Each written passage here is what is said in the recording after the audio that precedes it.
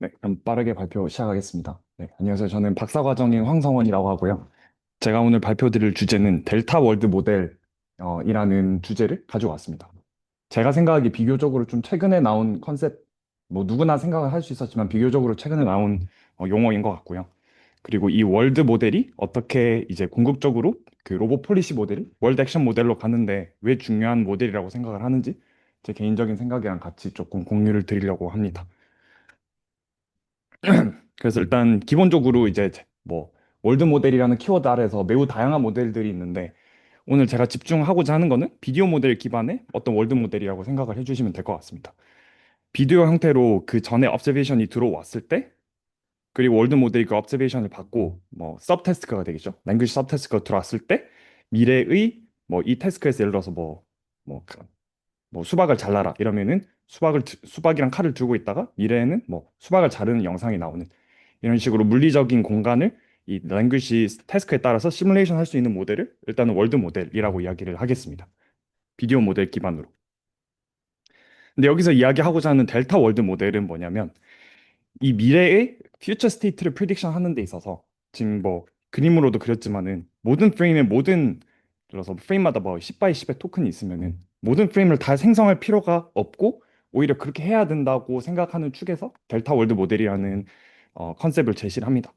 그래서 델타 월드 모델은 뭐 똑같이 인풋은 똑같은데 이제 그 차이는 뭐냐면 아웃풋이 그 풀 프레임들이 아니라 예를 들어서 미래 프레임이 10개가 있으면은 현재 observation state 기준 그 다음으로 어떤 변화가 있는지에 대한 정보를 인코딩한 델타 토큰이라는 개념을 우리가 정의를 할 수 있다면은 그 토큰을 10개 시퀀스로 생성을 하는 게 여러 가지 이점이 있다라는 주장을 하고 이제 그런 걸 델타 월드 모델이라고 합니다.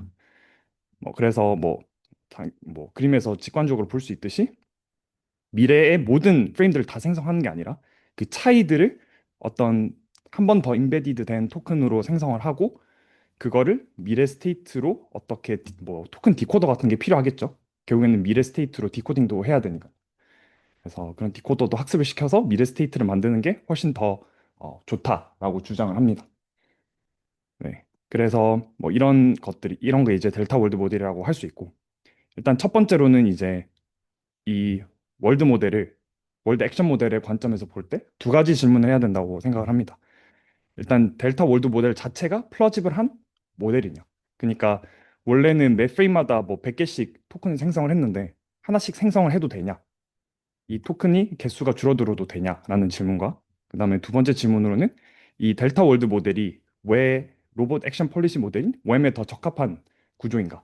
이 두 개를 먼저 질문을 하고 이 델타 월드 모델이 어떤 게 있는지 좀 간단하게 살펴보려고 합니다. 그래서 아까 첫 번째 질문인 왜 일단 델타 월드 모델이 가능한가라고 생각했을 때 이론적으로는 충분히 가능하다고 생각을 합니다. 왜냐면 매 프레임마다 표현을 해야 되는 정보들이 뭐 세미틱한 것도 있고 엄청 많은데 그런 것들 예를 들어서 100개의 토큰으로 표현을 한다고 하면은 현재 프레임과 그 다음 프레임 간의 차이의 정보는 상대적으로 훨씬 더 작을 거란 말이죠. 그래서 우리는 그 정보들만 생성을 한다면 훨씬 더 적은 양의 토큰으로 이제 첫 번째 프레임을 기준으로 차이만 생성을 하면 되고 그 차이의 정보 양은 훨씬 작기 때문에 네, 그래서 그렇기 때문에 토큰의 개수가 훨씬 더 줄어들 수가 있습니다.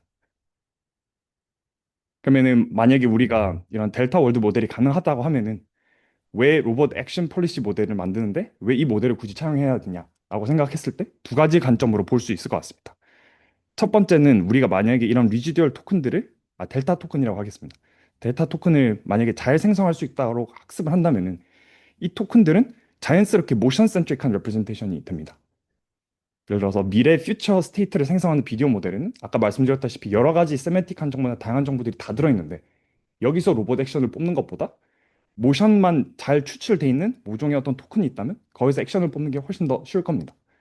그리고 그 델타 토큰이라는 토큰을 모델링 함으로써 그런 모션은 자연스럽게 모델링이 되기 때문에 그 관점에서 액션 토큰을 만드는데 훨씬 더 이점이 있다고 생각을 합니다. 그리고 두 번째로는 당연히 efficiency일 텐데요.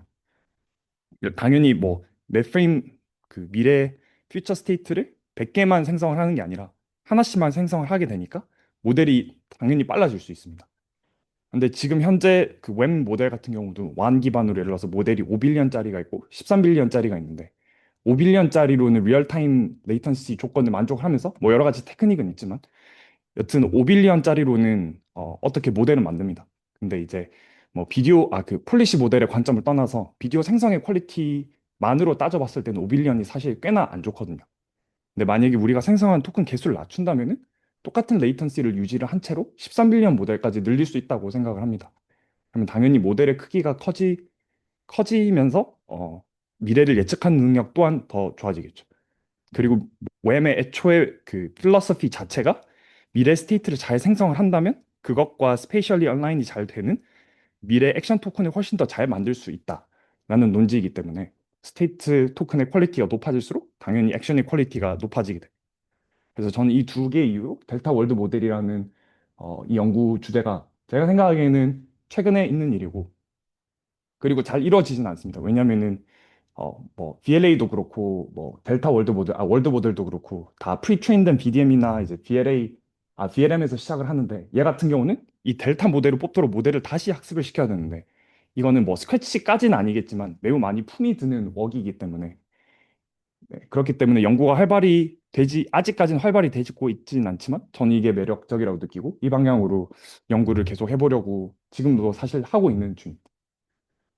네, 그래서 이 이 결의 대표적인 웍이 이제 최근에 CBPI 2026년도 하이라이트 웍으로 나온 건데요. 이제 아마존에서 한 웍인데 이제 뭐 일단은 뭐 결론적으로는 이 웍은 비디오 모델로 하진 않고 그 다이노 같은 피처 스페이스에서 하는 뭔가 어, 퓨처 스테이트 프리딕션 모델을 어떻게 정리를 하고 조금은 제가 생각하기에는 조금 우회해서 뭐 벤치마킹을 하긴 하는데 일단 결론만 설명을 드리면은 이 사람들도 똑같이 뭐 원래 웸과 본인들의 웍의 차이를 뭐 똑같이 설명을 합니다. 그래서 이 결과를 먼저 보시면은 사람들이 코스모스 4B랑 뭐 12B 그다음에 이 사람들이 만든 웍과 비교를 했고 어떤 벤치마크에서 비교를 했냐면은 예를 들어서 뭐 시티스케이프를 예를 들었는데 뭐 주행하는 영상 과거가 있고 뭐 예를 들어서 그럼 과거의 주행 영상을 받고 이 각각의 월드 모델들이 미래 스테이트를 생성을 할 거 아닙니까? 근데 그 RGB를 기준으로 평가를 하는 게 아니라 RGB를 생성을 했다 치고 그 RGB로부터 나온 뎁스나 뭐 세그멘테이션 맵이 있으면은 걔네들을 매트릭을 기준으로 평가하는 식으로 미래 퓨처 스테이트 프리딕션 하는 방식을 조금 계산했습니다. 근데 이런 방식은 뭐 나중에 좀 더 자세하게 설명드릴 텐데 이 웍에서 제시한 건 아니고 다이노월드라는 뭐 또 얀 르쿤의 그 제파 그 사단들의 라인 오브 워크들이 있는데 뭐 거기서 자주 쓰는 매트릭이어서 뭐 그런 뭐 평가 기준 중에 하나라고 생각을 하시면 될 것 같습니다.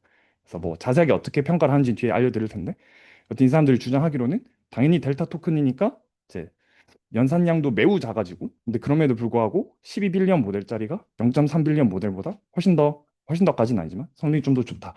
뭐 이런 거를 잘 주장을 해서 하이라이트를 받은 것 같습니다. 그래서 어떻게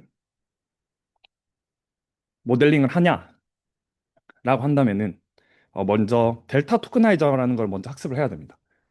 이거를 먼저 학습을 하는 데 있어서 이게 먼저 왜 필요한지를 조금 간단하게 설명을 드리면은 여기 VFM이라고 적혀 있는데 비디오 모델의 관점에서 혹시 생각하는 게 더 편하신 분들은 이게 그냥 VA 인코더라고 생각을 해주시면 될 것 같습니다. 그래서 인코더가 뭐 예를 들어서 과거 프레임과 한 전 프레임과 그 다음 프레임을 인코딩을 했을 때 이 두 개를 받아서 델타 토큰 인코더는 이 두 개의 차이를 표현하는 Z를 인코딩 하도록 학습을 합니다. 그래서 예를 들어서 요거 두 개가 투 디멘셔널한 텐서라면 얘는 뭐 모종의 원 디멘셔널 텐서겠죠. 실제로 이 인코더는 어떤 형식으로 아키텍처 와이즈 구성이 되어 있냐면 큐퍼머 형태로 되어 있습니다. 그래서 러너블한 쿼리가 인풋으로 들어가고 우리의 두 개의 어디셔넌트한 프레임이 들어가서 뭐 셀프 어텐션, 조인트 셀프 어텐션을 통해서 피드 포워드를 하고 이 나오는 아웃풋이 이 ZT가 되게 되겠죠. 그리고 얘를 뭐 당연히 뭐 그래서 디코딩을 한 것과 이제 그 전 프레임을 합쳤을 때 그 다음 프레임이 나오도록 MSE 로스를 겁니다. 그래서 컨셉적으로는 VA 안에 있는 델타를 인코딩하는 VA라고 생각을 해주시면 됩니다. 네, 여기까지 네, 일단은 여기까지 혹시 헷갈리는 게 있으면 알려주시면 되고 뭐 근데 뭐 VA 안에 VA라고 생각해 주시면 좀 편할 것 같습니다. 그래서 우리가 이 델타 토크나이저를 먼저 학습을 한다면은 이제 이 델타 토크나이저로 월드 모델을 이제 학습을 하게 됩니다. 그래서 여기서 말하는 월드 모델은 이 프리딕터라는 건데요. 여기서 하는 건 뭐냐면 뭐 의미론적으로 먼저 바로 알려드리면은 패스트 델타 토큰이 주어졌을 때 미래의 델타 토큰을 예측하도록 하는 모델이 이 프리딕터 모델이라고 생각을 해주시면 될 것 같습니다. 제가 생각하기에 이게 이 컨디셔닝이 조금은 이상하다고 생각을 합니다. 왜냐면 제가 논문을 처음 읽었을 때 패스트 델타랑 그 전 스테이트, 풀 스테이트까지 다 들어간다고 생각을 했는데 이 웍은 그 전에 풀 스테이트까지 넣진 않고 그 전 프레임 시퀀스의 델타를 컨디션으로 받아서 미래의 델타를 생성을 하도록 학습을 합니다. 그래서 그리고 여기서 이제 보면은 미래 델타를 생성을 할 때도 똑같이 이제 큐포머 형태로 프리딕터가 형성이 되는데 그래서 뭐 여기서 이 캐피털 K는 큐포머의 그 쿼리 토큰을 이제 노이즈를 뿌려서 생성을 하는데 이거를 K개를 뽑습니다. 그래서 이거는 이 모델 자체의 의미로 중요한 건 아니고 어, 원래 이 프리딕터가 원래는 제파의 예로 들자면 그래서 과거의 스테이트의 기준으로 미래 스테이트에 실제로 가능한 것들은 여러 개가 있습니다. 예를 들어서 내가 뭐를 짓는다라는 행위를 할 때 짓는 중간까지 영상을 보여줬다가 미래 짓는 영상을 생성을 한다 치면은 그 미래 스테이트가 될 수 있는 것들이 사실 무한 가지입니다. 그게 사실 디퓨전 모델이 잘하는 거고요. 근데 재판은 그렇게 하지 못합니다. 왜냐하면 디터미니스틱하게 그 다음 프레임을 생성을 하기 때문에 뭐 많은 논문들에서 이야기하기를 예를 들어서 손을 잡는 행위에 수백만 가지가 있다면 제파 같은 디터미니스틱한 모델은 그들의 평균으로 수렴하는 식으로 모델을 학습을 하게 되는 거죠. 그래서 되게 블러리한 스테이트를 만들게 되는데 그걸 우회하고자 모종의 약간 확률론적인 그러니까 디스트리뷰션 학습하는 거를 약간은 만들려고 한 거죠. 그래서 캐피털 K개의 노이즈 쿼리를 만든 다음에 이제 캐피털 K번의 큐퍼머 프리딕터 포워드를 통해서 캐피털 K 개수의 미래 퓨처 스테이트를 생성을 합니다. 그러니까 그리고 이 중에서 성능이 제일 좋은 거 하나에다가만 L1 로스를 걸게 됩니다. 왜 제일 좋은 거에만 하나 로스를 거냐라고 한 거는 뭐 실험적으로 그게 성능이 제일 좋았다고 합니다. 그래서 이런 식으로 미래 스테이트를 생성하는 뭐 프리딕터를 학습을 하고 이 프리딕터를 학습을 하고 났다면 뭐 이후에 인퍼런스 하는 거는 매우 뭐 직관적입니다.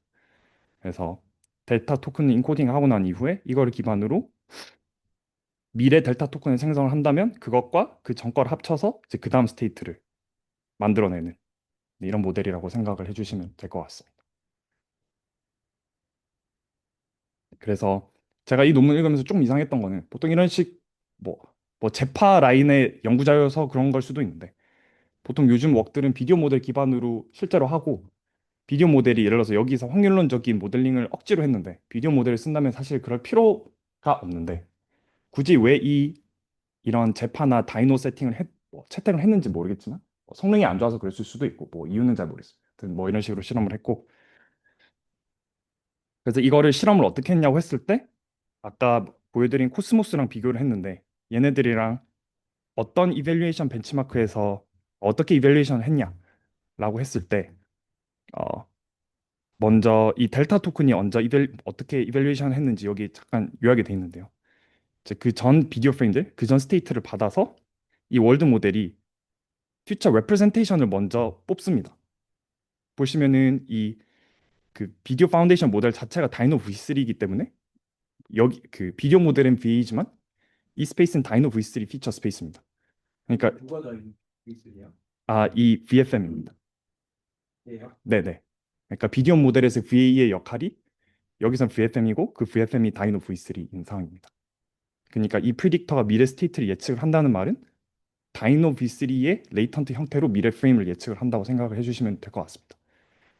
그래서 여튼 픽셀의 형태는 아니고 피처 진짜 리터럴리 다이노 V3 피처 맵의 형태입니다. 네네. 네네.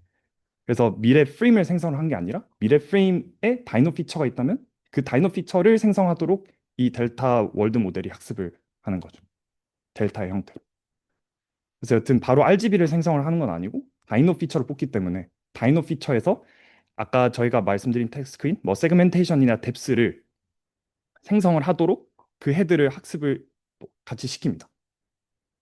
그래서 미래에 생성한 그 스테이트를 가지고 이 헤드도 같이 학습을 시킨 다음에 이 헤드에서 나온 세그멘테이션이나 뎁스의 성능이 어떤지를 평가를 합니다.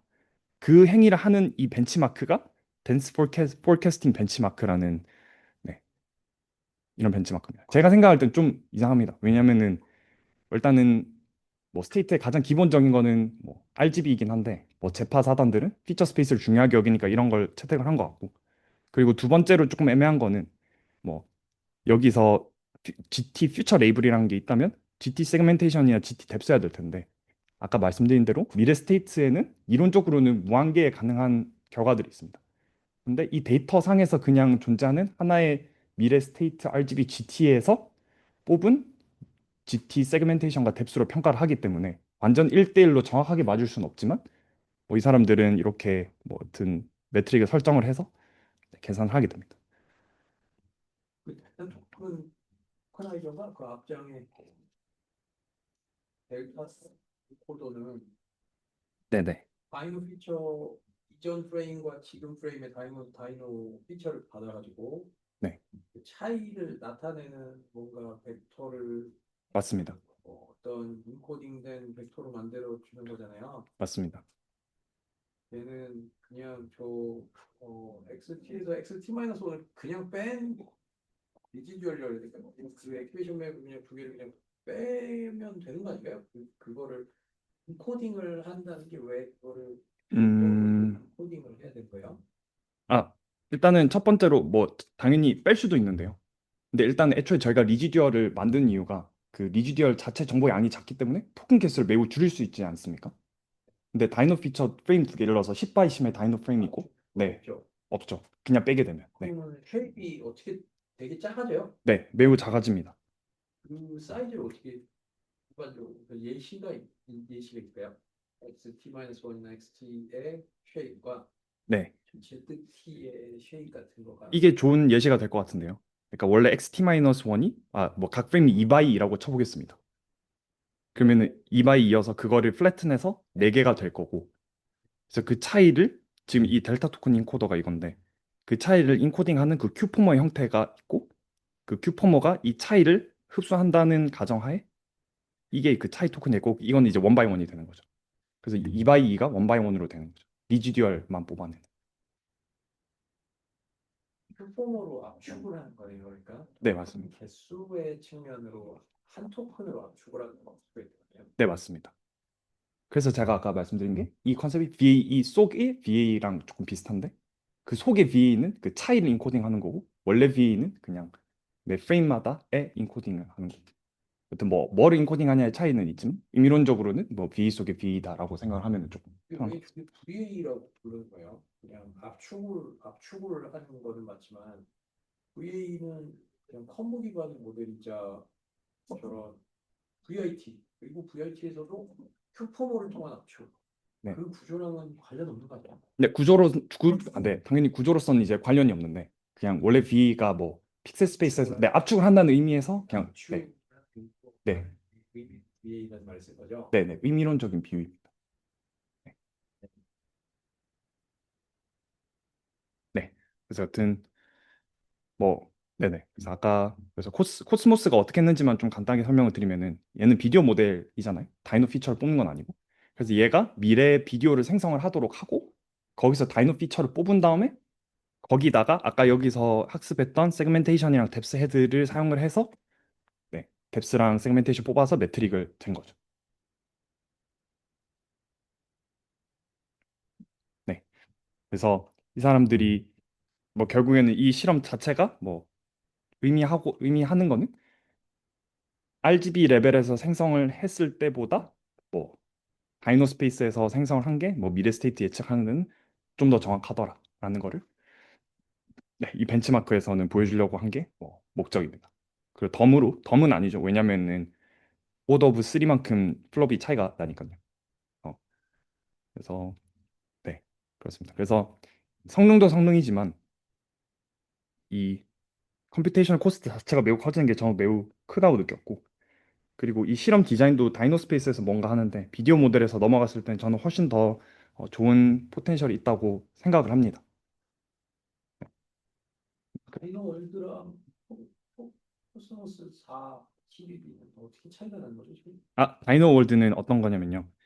얘랑 약간 그, 그 다이노 월드는 어떤 식으로 생각을 해주시면 되냐면, 델타 월드 모델에서 뭘 빼면 되냐면, 그, 요거, 그 디스트리뷰션을 모델링 하기 위해서 K개의 노이즈로 프리딕션 하게 만들지 않았습니까? 그게 없고, 첫 번째로. 두 번째로는 델타 토큰이라는 개념은 없고, 그 모든 풀 스테이트 퓨처를 생성을 하는 모델이라고 생각해 주시면 될 것 같습니다. 다이노 스페이스의 액티베이션 맵으로요? 네네, 맞습니다. 그래서 델타 월드에서 아까 그 두 가지 요소만을 빼면 다이노 월드랑 비슷하다고 좀 볼 수 있을 것 같습니다. 다이노 월드라는 베이스라인으로서의 월드 액션 모델이라는 게 있었던 거예요. 아, 여기서 월드 지금 모델. 제가 여기서 아직 월드 액션 모델은 없습니다. 아직 월드 액션, 네, 월드 모델, 미래 스테이트만 예측하는 것까지 현재 연구가 돼 있고, 사실 그래서 제가 하고 싶은 게 얘를 액션 모델까지 당연히 다이노 스페이스 말고 비디오 모델에서 하고 싶은 게 제 욕심이고요. 그래서 여튼 네, 그렇습니다. 뭐에서 하고 싶은 게 하고. 아, 그래서 이런 델타라는 컨셉을 네. 비디오 모델, 지금 여기서 저는 사실 요런 사실 리프레젠테이션 오토인코더도 뭐 스케일이 커지면 잘 안 된다는 말도 있듯이 왜인지는 모르겠지만 이런 미래 스테이트를 예측하는 거를 뭐 이런 다이노나 제파의 그러니까 제파 라인의 웍에 제가 생각엔 크게 두 가지 단점이 있다고 생각을 합니다. 첫 번째로는 아까처럼 디터미스틱한 퓨처 스테이트 예측을 하기 때문에 퓨처 스테이트는 확률의 분포로 모델링을 해야 되기 때문에 당연히 디퓨전 모델로 접근을 해야 된다고 생각을 하고 두 번째로는 그 레이턴트 스페이스가 다이노인 게 모종 이유로 조금 안 좋은 것 같습니다. 그 이유는 잘 모르겠습니다. 왜냐면은 뭐, 저번 준하님 그 발표에서도 이야기가 나왔던 것 같은데 레프레젠테이션 오토인코더에서 학습한 모델이 뭔가 스케일링을 했을 때 그 성능에 한계가 있다라는 뭐 그런 실험 결과들이 있었던 것도 같고 뭐 그거는 뭐 여튼 뭐 그런 두 가지 근거로 저는 그래서 이런 접근을 비디오 모델에서 하는 게 조금 좋다고 생각을 했습니다. 근데 그런 거는 아직 없고요. 비디오 보지 않는 거야. 그거를 네, 그쵸. 정확하게 다이노 스페이스에서만 이것저것 하니까.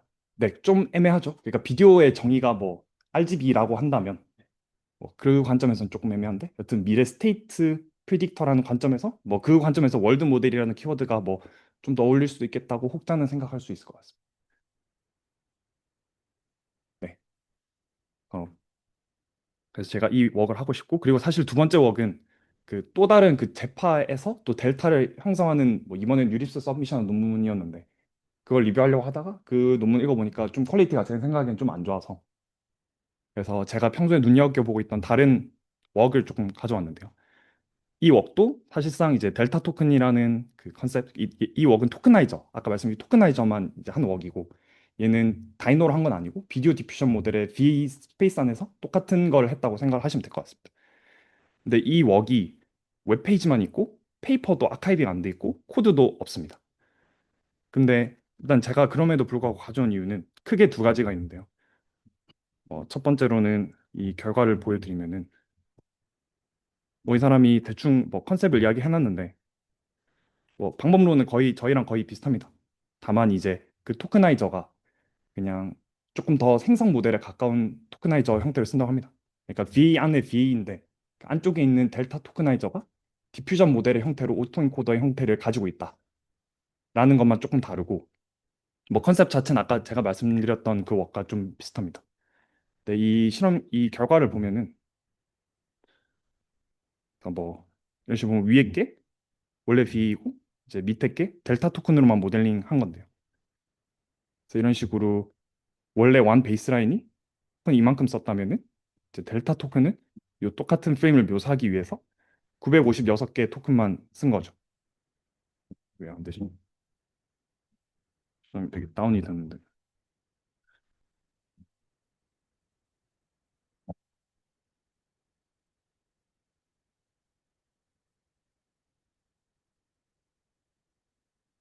네.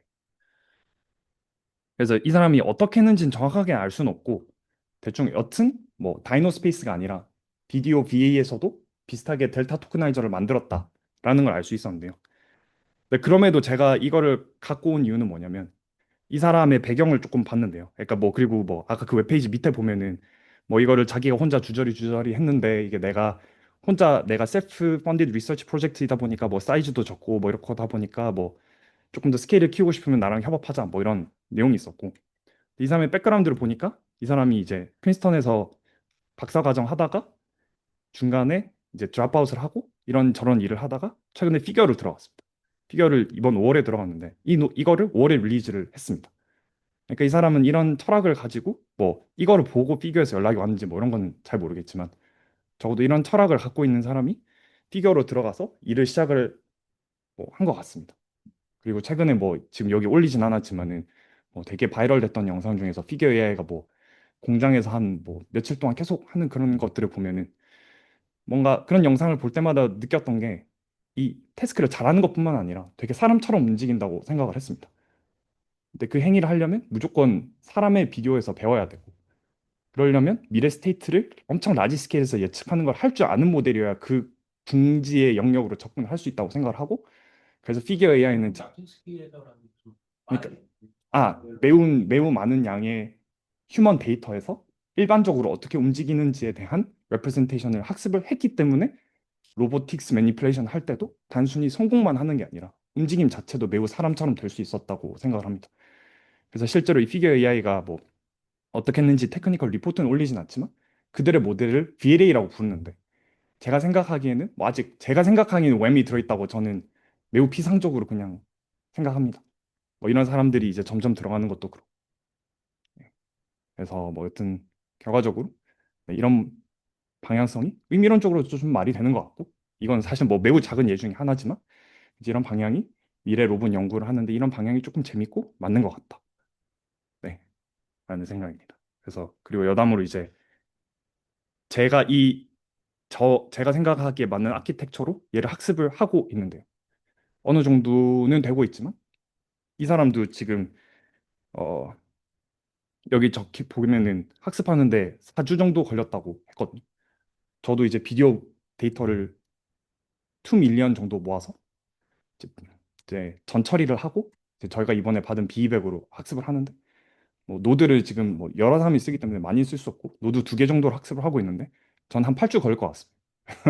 좀 오래 걸리긴 하는데 여튼 뭐 이제 저는 이제 졸업하고 이제 삼성 리서치에 가서 그 팀에서도 월드 액션 모델을 하고 거기서도 이제 이런 방향성이 좀 공감을 해주고 있어서 그렇기 때문에 거기 가서 제 연구를 더 하고 싶어서 간 것도 있고요.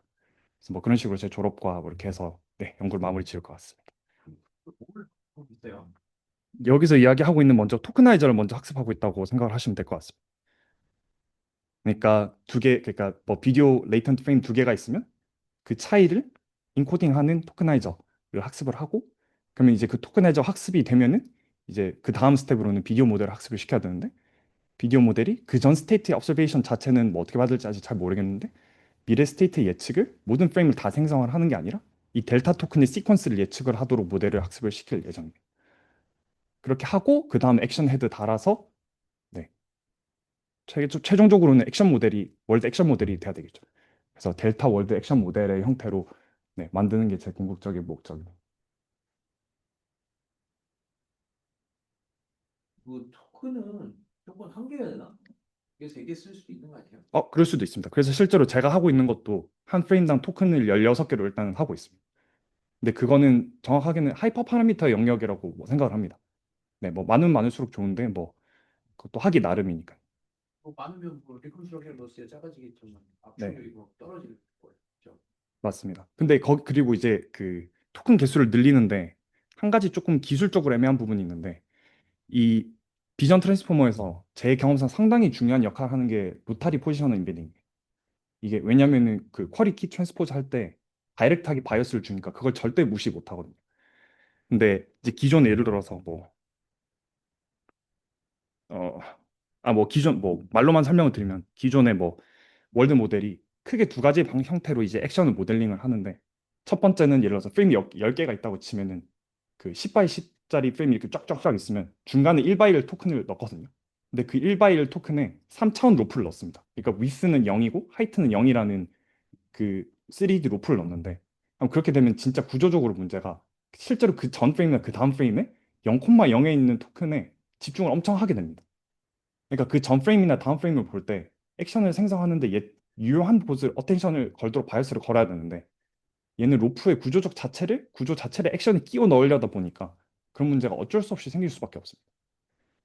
그런데 만약에 우리가 이거를 뭐 4x4 토큰으로 만든다 하면은 토큰이 여러 개가 생기기 때문에 조금 애매해지는 거죠. 그러면 여기서 우리가 생각을 할 수 있는 거는 델타 토큰 자체도 4x4로 맞추면은 애초에 원투원 코리스폰던스가 생기면서 뭐 그 문제를 조금 우회를 할 수도 있겠죠. 뭐랑 뭐 간의 원투원? 예? 아, 그 미래 그 델타 토큰도 4x4고 그다음에 액션 토큰도 4x4라면 뭐 그런 문제를 조금은 우회할 수 있을 것 같습니다. 그래서 기존의 지금 월드 액션 모델에서 구조 자체 큰 문제가 액션 토큰의 쉐입이랑 미래 스테이트 토큰의 쉐입 자체가 달라서 생기는 문제고 그게 로프 위에 얹히면서 생기는 문제라서 그런 게 생기는데 만약에 우리가 어떤 형태의 델타로 모델링을 하면은 스테이트의 쉐입을 바꿀 수가 있고 그걸 액션 쉐입과 맞춘다면은 조금 문제를 해결을 할 수는 있겠죠. 그래서 그거를 반대로 해결하는 게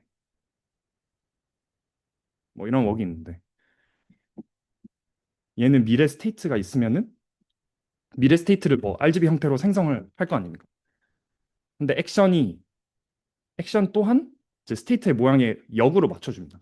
그래서 이런 식으로 액션을 이미지화해서 액션을 레프레젠트 하기도 하는데 그러면 사실 액션 하나를 표현하기 위해서 비디오 프레임 하나를 통째로 생성을 해야 되는 거다 보니까 얘 또한 매우 좀 사실 비효율적인 구조라고 생각을 할 수 있을 것 같습니다.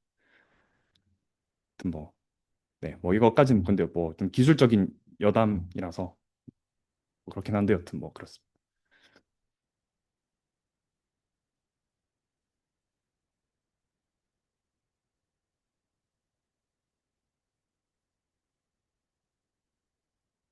네, 그래서 여튼 뭐 제 발표는 여기까지입니다. 그 한국 리서치는 이도 뭐 피지컬 AI 아니면 그런 걸 하는 거야? 로보틱스? 네네, 이번에 그 로봇을 많이 한다고 하면서 로봇 쪽으로 좀 꽤 많이 뽑는 것 같습니다. 그래서 이것도 약간 여담이긴 한데 뭐 제 아는 지인이나 뭐 제 건너 건너 아는 사람들도 프로세스를 거치다가 중간에 갑자기 뚝 끊겼거든요. 근데 저만 안 끊겼습니다. 근데 제 생각에 그건 제가 잘나서 그런 건 아니고 제가 하는 분야가 뭐 삼성에서 좀 하려고 하는 분야여서 계속 유지가 될 수 있었지 않나 하는 그런 뭐 추론입니다. 아무래도 그냥 피지컬 AI라는 키워드가 뭐 요즘 원체 중요한 게 좀 대두되고 있다 보니까 뭐 그거랑 맞물려서 조금 그런 기조가 있고 실제로 뭐 삼성도 그 레인보우 로보틱스 인수하면서 로봇 원래 좀 하다가 이제 삼성 리서치 안에서도 연구를 좀 더 하고 뭐 합치고 하려는 뭐 그런 네, 기조인 것 같습니다. 그래서 뭐 실제로 제가 가는 팀은 월드 액션 모델로 하는 거고 이제 원래 LLM에서 VLA 넘어가는 팀도 따로 있고 그래서 그런 식으로 여러 팀이 동시에 좀 로봇을 하려고 하는 걸로 뭐 지금 전 이해를 하고 있습니다. 네,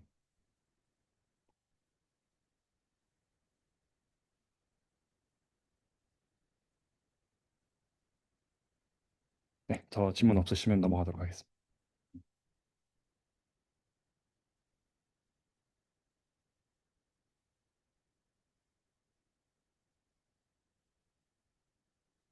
네, 안녕하세요. 저는 석박통합과정 진회영이고요. 오늘 제가 발표할 주제는 From Static Shape to Movable Xset이라고 기존에 있던 3D 메쉬를 어떻게 하면 이제 4D처럼 움직일 수 있는 메쉬로 만들 수 있을까라는 주제입니다. 총 두 가지 논문을 가져와 봤는데요. 첫 번째는 이제 Particulate이라고 CFR 2026에 어셉된 논문이고, 10초 만에 이제 3D 메쉬에서 이제 그 메쉬가 이제 어떻게 무법을 할 수 있는지를 만들어낼 수 있는 웍입니다. 그래서 얘는 이 오브젝트의 무버블 파트랑 키네마틱 스트럭처, 조인트 타입, 모션 에이시스, 그리고 모션 레인지를 예측을 하는 거고요. 보시면은 이런 식으로 마이크로웨이브 같은 거 보시면은 이렇게 그 3D 메쉬에서 요 문 부분이 열릴 수 있다. 요런 거를 예측해내는 웍이라고 생각하시면 될 것 같습니다. 네, 그래서 이 논문의 모티베이션은 이제 오브젝트는 쉐입만으로 정의되지 않는다. 이 점에서 시작을 하는데요. 예를 들어서 이제 같은 직육면체 모양이 있더라도 어떤 건 서랍일 수도 있고 어떤 거는 뭐 박스일 수도 있고 하니까 이 오브젝트가 어떻게 움직이는지를 굉장히 중요하게 생각해야 한다고 합니다. 근데 요거를 가능하게 하는 기존 방법들이 뭐 세 가지 정도로 나눌 수가 있는데요. 첫 번째 이제 룰 베이스로 사람이 직접 이제 오브젝트를 보고 이 오브젝트의 힌지가 여기 있고 이 파트는 뭐 이렇게 움직인다. 이런 룰을 직접 설계해 주는 방식이 있는데 요건 이제 오브젝트를 다 커버하기 어렵다는 한계가 있었고요. 두 번째는 이제 오브젝트마다 옵티마이제이션을 해주는 방법이 있었습니다. 근데 이거는 또 너무 오래 걸리고, 그 다음에 모든 오브젝트에 적용할 수 있지 않으니까 스케일러블 하지 않다는 문제가 있었습니다. 한 10분 정도 걸린다고 합니다. 그리고 세 번째는 VLM이나 2D 프라이어 기반 방식인데 요거는 이제 뭐 보이는 서페이스나 비주얼 파트에는 강한데 오브젝트 내부에 있는 무버블 파트나 히든 조인트 스트럭처를 놓치기 쉽고 그다음에 멀티 조인트 스트럭처를 안정적으로 예측하는데 문제가 있다고 합니다. 그래서 요거를 다 해결하기 위해서 3D 지오메트리로부터 이제 얼티큘레이션을 직접 학습하는 피드 포워드 모델이 필요하다 이렇게 주장을 하고 있습니다. 근데 또 옵티마이제이션은 일반적으로 목적 함수가 뭐죠? 뭐 메시가 주어지면 또 하나를 내가 뭐 하나에 대해서 뭔가 이터러티브하게 뭔가 해가지고 무법을 뭔가 이렇게 만든다 라고 네. 해서 그러니까 목이 뭐 그 예를 들면은 뭐 전자레인지 같은 거는 이게 뭐 리기드 파트고 여기가 문이 있고 여기는 힌지일 것이다. 이렇게 해가지고 그 시뮬레이터 같은 데 넣습니다. 그래서 그 시뮬레이터에서 알아서 그 여기가 힌지다. 요거를 알아내는 뭐 그런 방식으로 알고 있는데 저도 정확하게는 모르겠습니다. 네. 그러니까 이런 물체는 여기가 이렇게 움직이고 저런 물체는 저기가 저렇게 움직이더라. 음, 그러니까 얘도 뭐 대충 톱밥으로 여기가 이런 식으로 움직일 거다. 네. 라는 거가 그러니까 여러 개 예시들을 보고 학습을 해가지고 얘는 이렇게 움직일 거다라는 걸 예측을 할 수 있을 것 같은데 하나만 달라. 메시가 주어져갖고 그거를 가지고 뭐 이터러티브하게 옵티마이제이션 뭐 느리고 뭐 좋다 뭐 느린데 도대체 무슨 단서로다가 그걸 하는지가 내가 좀 궁금해. 그러니까 약간 비슷한 여러 전자레인지들을 다 모아두고 걔를 학습을 시키는 거죠. 그냥 오브젝트마다 학습을 시켜서 그 오브젝트마다 그 이제 뭐 전자레인지 용 모델 이렇게 만들어 놓으면 거기 이제 전자레인지 메쉬를 넣었을 때 분석해내고 약간 이런 방식인 것 같았습니다. 근데 저 방법은 아니라는 거죠. 네, 맞습니다. 네, 그래서 이 논문의 핵심 컨트리뷰션이 이제 particulate이라는 feed forward articulation prediction 모델인데요. 이 모델이 이제 단일 메쉬에서 full articulation structure를 예측을 합니다. 네, 여기서 full articulation structure가 뭐냐면 이제 part segmentation만 의미하는 것이 아니라 각 파트들 사이의 키네마틱 트리랑 모션 타입 그리고 에이시스 렌즈까지 다 예측을 할 수 있다는 걸 의미를 하고요. 또 중요한 점은 이 논문이 이제 쿼리 베이스 트랜스포머를 사용을 한다는 것입니다. 그래서 DETR에서 오브젝트 쿼리가 오브젝트 슬롯 역할을 하듯이 여기서도 이제 파트 쿼리가 하나의 articulated 파트 슬롯처럼 작동을 합니다. 그리고 모델은 이 파트 쿼리들을 통해서 이 오브젝트에는 어떤 움직이는 파트가 있는가 이걸 리즈닝을 하게 되고 각 쿼리가 세그멘테이션이랑 모션 파라미터를 함께 예측을 합니다. 그래서 이게 뭐 잘 만들어진 메시뿐만 아니라 AI가 제너레이티드한 메시에도 잘 적용이 된다는 점을 보여주고 있습니다. 네, 그래서 문제 정의부터 구체적으로 하면요. 모델이 예측해야 되는 articulate 스트럭처를 이렇게 A는 P, S, K, M 이렇게 네 가지로 표현을 할 수 있는데요. P는 이제 articulate 파트의 개수이고요. S는 이제 메시 페이스가 어떤 파트에 속하는지를 나타내는 세그멘테이션입니다. K는 그 파트들 사이에 이제 키네마틱 트리가 되겠고, M은 모션 컨스트레인트가 됩니다. 네, 그래서 여기서 말하는 요 파트 세그멘테이션이라는 거는 세멘틱 파트를 얘기하는 게 아니라 그 실제로 리기드하게 같이 움직이는 articulated 파트 기준입니다. 그러니까 손잡이가 문에 달려 있으면은 그 문이랑 손잡이를 하나의 그 파트로 예측을 한다는 것입니다. 네, 그리고 K는 이제 베이스 파트를 루트로 하는 그 방향성이 있는 틀이고요. 베이스 파트라고 하면은 전자레인지라고 하면 전자레인지 몸통이 베이스 파트가 되겠고 거기에 달려있는 문이 이제 그 밑에 있는 차일드 파트가 되는 형태입니다. 네, 그리고 모션에는 이제 모션 타입이랑 뭐 여기 디렉션이랑 리볼루이트 에이시스, 그다음에 모션 레인지 이렇게 포함되어 있습니다. 그래서 모션 타입에는 이제 움직이지 않는 베이스 파트, 뭐 전자레인지 몸통은 움직이지 않으니까 그런 픽스드 파트가 있고요. 그다음에 직선 방향으로 슬라이딩 하는 모션, 그다음에 특정 에이시스 중심으로 로테이션 하는 모션, 그다음에 둘 다 있는 이렇게 네 가지로 나누고 있습니다. 네, 모델 전체 메서드 오버뷰를 보면요. 왼쪽 이제 인풋 메쉬가 들어왔을 때, 요 메쉬 서페이스에서 포인트들을 샘플링을 합니다. 그러면은 요 포인트가 이제 XYZ 코디네이트랑, 그다음에 각 노말, 그다음에 이제 펄트 필드 피처를 가지게 됩니다. 요 펄트 필드는 기존의 이제 오프 더 쉘프 모델이고요. 거기서 이제 그 모델이 하는 역할은 이 점이 어떤 파트에 속해 있는지를 뭐 대략적으로 이제 피처를 통해서 내뱉어주는 그런 모델이고요. 그렇게 세 가지 정보를 각각 MLP랑 리니어를 태워서 같은 쉐입으로 만든 다음에 더해줍니다. 그래서 더해서 포인트 토큰이란 걸 만들고요. 그 다음에 여기 밑에 보시면은, 어, 특정 개수 Pmax라고 되어 있는데, Pmax 개의 러너블 파트 쿼리를 사용을 합니다. 이게 실제 오브젝트의 파트가 몇 개인지 모르기 때문에 이제 Pmax라고 되어 있고 그 캔디데이트 파트 슬롯을 두는 방식인데요. 이 논문에서는 16개를 사용했다고 합니다. 네, 그래서 이 파트 쿼리는 각각 하나의 캔디데이트 얼티큘레이티드 파트를 담당하고요. 예를 들어서 뭐 특정 쿼리는 이 몸통, 특정 쿼리는 이 도어 이렇게 나누어지게 되는 것입니다. 그 다음에 요 뒤에서 이제 포인트 토큰이랑 파트 쿼리 사이에서 셀프 어텐션이랑 코러스 어텐션을 반복을 하게 되고요. 그 다음에 그 각각 헤드를 통해서 이제 여러 가지 세그멘테이션이랑 키네마틱, 그 다음에 뭐 요런 그 모션들이 나오게 됩니다. 자세하게 설명을 드리면요.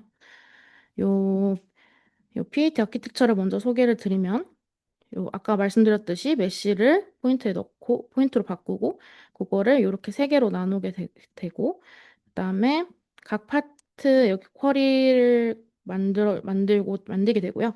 요 위에 거를 이제 포인트 토큰이라고 하고 아래 거를 파트 토큰이라고 했을 때 요걸 이제 셀프 어텐션이랑 크로스 어텐션을 뭐 반복하는 형태가 되는데 그 포인트 토큰끼리는 셀프 어텐션을 하지 않는다고 합니다. 왜냐면 우리가 결국에 중요하게 생각하는 게 파트 쿼리이기 때문에 요거끼리 셀프 어텐션을 하는 건 의미가 없다라고 하고요. 네, 그래서 파트 쿼리들의 요 포인트 토큰들의 의미가 다 담기게 크로스 어텐션은 하고 그다음에 파트 쿼리들끼리 셀프 어텐션은 하지만 요 포인트 토큰들끼리는 셀프 어텐션을 하지 않는다고 합니다. 네, 그 다음에 디코더 헤드는 여러 개가 있는데요. 파트 세그멘테이션 헤드 같은 경우는 이 포인트가 어떤 파트 쿼리에 속하는지를 예측하게 되고요. 키네마틱 트리는 아까 말씀드렸듯이 파트 쿼리 페어 사이들의 이제 페런트 차일드 릴레이션을 예측하게 됩니다. 그다음에 세 번째는 모션 타입 헤드라고 해서 이게 어떤 모션인지를 클래시피케이션 하게 되고 네 번째는 모션 레인지 헤드라고 해서 요 파트가 얼마만큼 움직일 수 있는지 리밋을 예측하게 됩니다. 마지막으로 에이시스 프레딕션 헤드가 있는데 요거는 이제 슬라이딩 디렉션이랑 그다음에 로테이션 에이시스를 예측하게 됩니다. 요게 각각 다 따로 예측되는 게 아니라 같은 파트 쿼리 리프레젠테이션에서 조인틀리 프리딕트 된다는 것입니다. 네, 그래서 각 헤드들은 다 MLP로 이루어져 있고요. 근데 여기서 그 저자들이 실험을 해봤을 때, 요 레볼루트 에이시스 회전에 대한 거는 되게 학습이 어려웠다고 해요. 그래서, 그 데이터를 몇 개 안 썼기 때문에 굉장히 오버피팅이 잘 되어서 그 결과가 잘 안 좋았다고 하고요. 그래서 이걸 해결하기 위해서 각 포인트가 이제 로테이션 에이시스 위에 클로지스트 포인트를 그 투표하는 방식으로 그다음에 그 투표된 거에서 보트 된 거에서 미디언을 취해서 최종 에이시스 로케이션을 결정하는 이런 방식으로 진행을 했다고 합니다. 네, 그래서 트레이닝은 아까 말씀드렸던 그 오버뷰를 전부 엔드 투 엔드로 학습이 되고요. 아까 말씀드렸던 것 같이 DATR 스타일로 이제 헝가리안 매칭으로 그 프레딕티드 쿼리랑 GT 파트를 매치를 해서 이제 로스를 정하게 됩니다. 네, 인퍼런스 과정은 다음과 같은데요. 이게 밑에 좀 잘렸는데 생각보다 복잡한 게 하나하나 설명을 드리면 첫 번째로 이제 인풋 메쉬 서페이스에서 아까 말씀드렸듯이 포인트를 샘플링을 하고요. 이때 그 각 페이스에 최소 한 개의 점이 보장되도록 샘플링을 합니다. 두 번째로 이제 네트워크가 각 포인트에 대해서 펄트 어사이먼트 로짓을 예측을 하고 아그맥스를 통해서 가장 점수가 높은 파트 쿼리에 배정을 하게 됩니다. 그 다음에 이제 포인트 라벨을 이제 페이스 레벨 세그멘테이션으로 바꾸고요. 각 페이스 외에 있는 포인트들의 이제 메저리티 보트로 그 페이스의 파트 라벨을 정하게 됩니다. 그 다음에 그 중에서 실제로 사용된 이제 액티브 파트 쿼리만 선택하게 되고요. 여기가 뭐냐면은 아까 16개를 놔두고 거기서 이제 필요한 것만 사용한다 했는데 거기 그 필요한 것만 사용한다. 이 부분이 지금 4번 부분이고요. 5번은 이제 predicted relation score 여기서 related score를 계산을 했으니까 그거를 사용해서 키네마틱 트리를 구성한 뒤에 거기서 이제 소프트 어드제이센시 매트릭에서 에드몬드 알고리즘으로 요 MSA를 추출한 다음에 추출해서 요 트리를 잘 구성을 한다고 하고요. 요 알고리즘은 네, 뭔지 잘 모르겠습니다. 요렇게. 네, 그 다음에 여섯 번째로 이제 각 액티브 파트에 아까 구했던 모션 타입이랑 에이시스 레인지를 어사인을 합니다. 네, 그렇게 되면은 이제 메시를 얻을 수 있게 되고요. 그 얻은 메시가 URDF로 변환도 잘 돼서 시뮬레이터 레디, articulated assess로 잘 바뀔 수가 있다고 합니다. 그래서 보시면 이렇게 그 노트북 같은 메시를 넣었을 때 여기 힌지를 잘 예측을 해서 잘 접힐 수 있는 모습을 보이고 있고요. 요 메시들은 전부 그 AI로 만든 메시들이라고 합니다. 그래서 AI로 만든 메시들에도 잘 적용이 된다. 그래서 시뮬 로봇 같은 데 잘 사용할 수 있다. 이렇게 얘기를 하고 있습니다. 그다음에 퀀티테이티브 리절트랑 퀄리테이티브 컴패리즌을 봤을 때도 이제 기존 다른 방법론들에 비해서 굉장히 좋은 결과를 보이고 있고요. 네, 그리고 여기서도 퀄리테이티브 컴패리즌 봤을 때도 다른 모델들에 비해서 여기 문이나 이런 거 잘 예측하고 있는 것을 확인할 수 있습니다. 네, 한계라고 하면요. 그 트레이닝 셋에 없는 키네마틱 스트럭처에 굉장히 약하다고 합니다. 이게 그 articulation 학습 데이터가 다른 도메인이랑 비교했을 때 굉장히 적어서 3,800개 물체밖에 되지 않기 때문에 본 적 없는 물체에 대해서는 예측이 잘 안 된다고 하고요. 두 번째는 이제 3D 제너레이터랑 결합했을 때, 그러니까 아까 AI 제너레이션을 한 메쉬를 사용을 했을 때, 그 인터파트 페네트레이션이 발생한다고 합니다. 그래서 막 이렇게 접힐 때 그 두 개가 이제 서로 통과를 한다든지 이런 문제가 있다고 하는데 이거는 이제 논문에서 언급하기를 포스트 트레이닝으로 뭐 시뮬레이터 같은 데 넣어서 좀 물리적 타당성을 강화를 하면 이제 심투 리얼 학습에 뭐 유망하게 사용될 수 있을 것이다. 이렇게 얘기를 하고 있습니다. 네, 두 번째 논문은 이제 뉴록이라는 논문이고 얘도 CVPR 2026에 나온 논문이고요. 이 논문은 그 아까랑 똑같이 3D 메쉬를 받는 건 똑같은데 이거를 인터랙티브 4D 다이나믹 오브젝트로 만드는 논문입니다. 그 입력으로 이제 3D 메쉬랑 이니셜 피지컬 컨디션이 주어졌을 때 그 이 메쉬가 어떻게 움직일 것인지 그 4D 시퀀스를 내뱉는 논문이고요. 중요한 차이가 이 뉴록이라는 논문은 앞에서 말씀드린 particulate 논문처럼 그 explicit한 파트랑 조인트를 직접 예측하지는 않습니다. 대신에 그 오브젝트 스페시픽한 키네마틱 레이턴트 스페이스를 하고 그 레이턴트 스페이스 위에서 다이나믹을 풀어서 메시 시퀀스를 생성을 하는 논문이고요.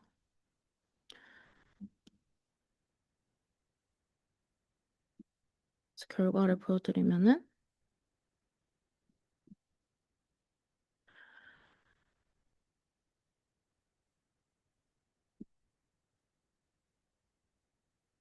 안 뜨네요. 어, 이런 식으로 레이턴트를 움직였을 때 뭐, 요 3D 메쉬가 어떻게 움직일 수 있는지 이런 거를 보여주기도 하고 이런 식으로 레이턴트 스페이스 위에서 어떤 다이나믹을 가지는지 직접 보여주기도 합니다. 그래서 이거는 좀 이따 보여드릴게요. 그래서 이 뉴럭의 모티베이션은 이제 기존 피지컬 시뮬레이션 방식의 한계에서 출발을 하게 되는데요. 기존 방법들은 보통 이제 오브젝트 카테고리나 타입을 알아야 됩니다.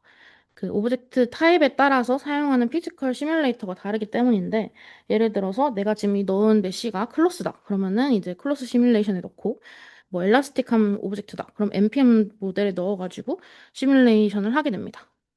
근데 이렇게 되면은 이제 믹스드가 된 물체에 대해서는 잘 동작하지 않게 되잖아요. 그래서 그런 게 이제 기존 방법의 한계다라고 얘기를 하고 있습니다. 그래서 뉴록에서는 이 문제를 해결하기 위해서 오브젝트마다 가능한 이제 디포메이션 스테이트 스페이스를 직접 학습하고자 하고요. 두 번째 모티베이션은 좋은 스테이트 파라미터라이제이션이 중요하다라는 점입니다. 그래서 이 물리 시스템을 표현할 때 어떤 스테이트 베리어블을 쓰느냐가 이제 문제를 해결하는데 굉장히 중요하다고 얘기를 하고 있는데요. 그 진자 운동 같은 거를 생각을 해보시면 이 위에 있는 모든 점에 대한 이제 코디네이트를 스테이트로 쓰면 굉장히 하이 디멘션을 합니다. 근데 사실 요 진자 운동 같은 거는 요 각도로만 나타낼 수 있잖아요. 그래서 같은 물리 시스템이라도 물리적으로 의미 있는 이런 저차원의 코디네이트를 찾으면 문제가 훨씬 단순해진다라고 하고요. 그리고 요거를 이제 3D 오브젝트로 확장을 해서 메쉬 벌텍스 전체를 스테이트로 쓰면 너무 하이 디멘셔널이니까 실제로 플라지블 디포메이션들을 이제 로우 디멘션 매니폴드 위에 있다고 가정을 하고 그 가능한 디포메이션 스테이트 스페이스를 이제 한번 학습을 해보자라고 얘기를 합니다. 그래서 메인 아이디어는 이제 런드 키네마틱 스페이스 파라미터라이제이션이고요. 크게 두 가지를 학습한다고 보시면 될 것 같은데 첫 번째는 레이턴트 스테이트 스페이스입니다. 요 레이턴트 스테이트는 오브젝트의 퍼시블 디포메이션 스테이트를 표현하게 되고요. 두 번째는 디코더로 그 레이턴트 스테이트를 실제 메쉬 디포메이션으로 변환하는 거입니다. 그래서 레이턴트가 이제 어떤 그 메쉬의 상태를 의미를 하게 되고 디코더가 그 상태를 실제로 메쉬로 매핑하는 그런 형태가 되겠고요. 여기서 이 레이턴트 스페이스가 그 플라지블 디포메이션 매니폴드의 역할을 하게 됩니다. 그래서 아무 벌텍스의 코디네이션을 예측하는 게 아니라 이제 학습된 레이턴트 스페이스 안에서 움직이면 요 스페이스 안에서 이제 오브젝트가 취할 수 있는 그럴듯한 디포메이션을 만들 수 있게 학습이 됩니다. 네, 요게 전체 파이프라인인데요. 인풋으로 이제 3D 오브젝트 그러니까 스태틱 3D 오브젝트가 들어왔을 때 요거에 대해서 피드포워드 프리딕션을 통해서 뉴록을 예측을 하게 되고요. 요 이 초록색 매니폴드가 이 오브젝트의 이제 파시블 디포메이션 스페이스 스테이트가 되게 되는 겁니다. 그래서 이 공간 위에 한 점을 샘플하게 되면 디코더를 통해서 어떤 디포메이티드 쉐입이 만들어지는지 결정되게 되고요. 그래서 우리는 4D를 만들고 싶은 거잖아요. 그래서 여기서 한 스테이트를 그냥 단순하게 샘플하는 데서 끝내는 게 아니라 요 레이턴트 스페이스 위에서 이제 피지컬리 인스파이어드 시뮬레이션을 수행하게 됩니다. 그래서 이니셜 컨디션이 주어졌을 때 이 위에서 트래젝토리를 만들게 되고 각 타임 스텝에 이제 레이턴트 스테이트를 디코더에 각각 넣게 되면은 이게 4D 메쉬 시퀀스가 생성되게 되는 것입니다. 네, 그래서 어, 이제 트레이닝 아키텍처에 대해서 설명을 드릴 건데요. 크게 세 가지 모듈로 구성이 되고요. 첫 번째는 이제 키네마틱 프라이어 인코더라고 해서 메쉬를 받아서 이 오브젝트가 가질 수 있는 레이턴트 스테이트의 프라이어 디스트리뷰션을 예측을 합니다. 네, 두 번째는 베리에이셔널 디포메이션 인코더라고 해서 트레이닝 때만 사용하는 인코더고요. 스태틱 메쉬랑 디포메이션 필드를 입력으로 받아서, 그러니까 이 스태틱 메쉬가 요만큼 움직였다라는 거를 입력으로 받아서 그걸 보고 이제 포스테리어 디스트리뷰션을 예측하는 인코더입니다. 세 번째는 디포메이션 디코더고 있고요.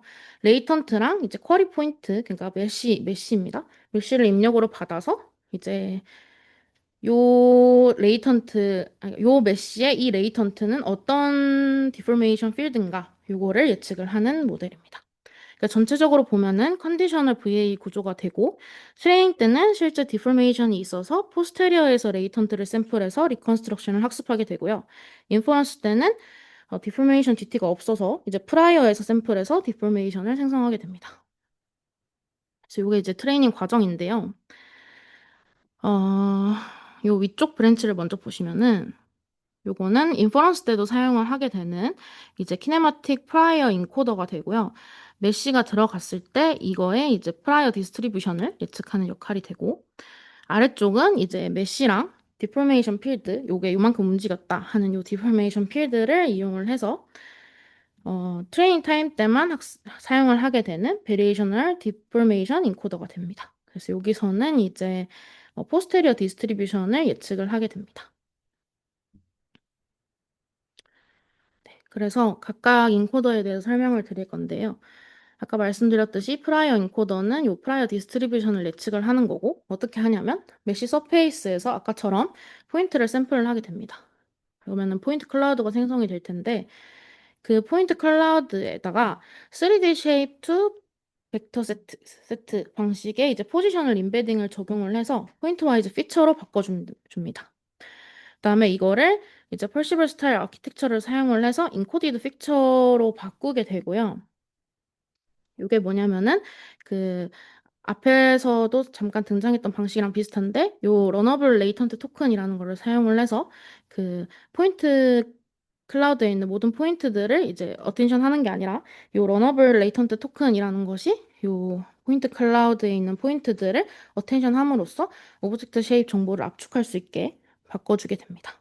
그다음에 요거를 이제 플래튼해서 MLP에 넣어가지고 프라이어 디스트리뷰션이 생성되게 됩니다. 네, 두 번째는 이제 트레이닝 때만 쓰이는 베리에이셔널 디포메이션 인코더가 되겠고요. 요거는 이제 학습을 할 때 우리가 트레이닝 셋이니까 4D 메쉬 시퀀스가 있잖아요. 거기서 이제 랜덤으로 두 프레임의 메쉬를 샘플을 하게 되고 하나를 소스로 잡고 하나를 타겟으로 잡고 그 사이에 이제 벌텍스 디포메이션을 계산을 합니다. 근데 저희가 인풋으로 모델에 넣고 싶은 거는 샘플드 포인트니까 그 디포메이션 벡터를 이제 베리센트릭 인터폴레이션으로 얻어가지고 그거를 그, 그 듀얼 커터니언으로 패러미터라이즈 해서 넣는다고 합니다. 요 듀얼 커터니언으로 한 이유는 그 단순 이제 디스플레이스먼트보다 로컬 로테이션이나 리기드 라이크 모션을 더 잘 표현할 수 있기 때문이라고 하고요. 요거는 프랙티컬하게 저자들이 선택했다고 합니다.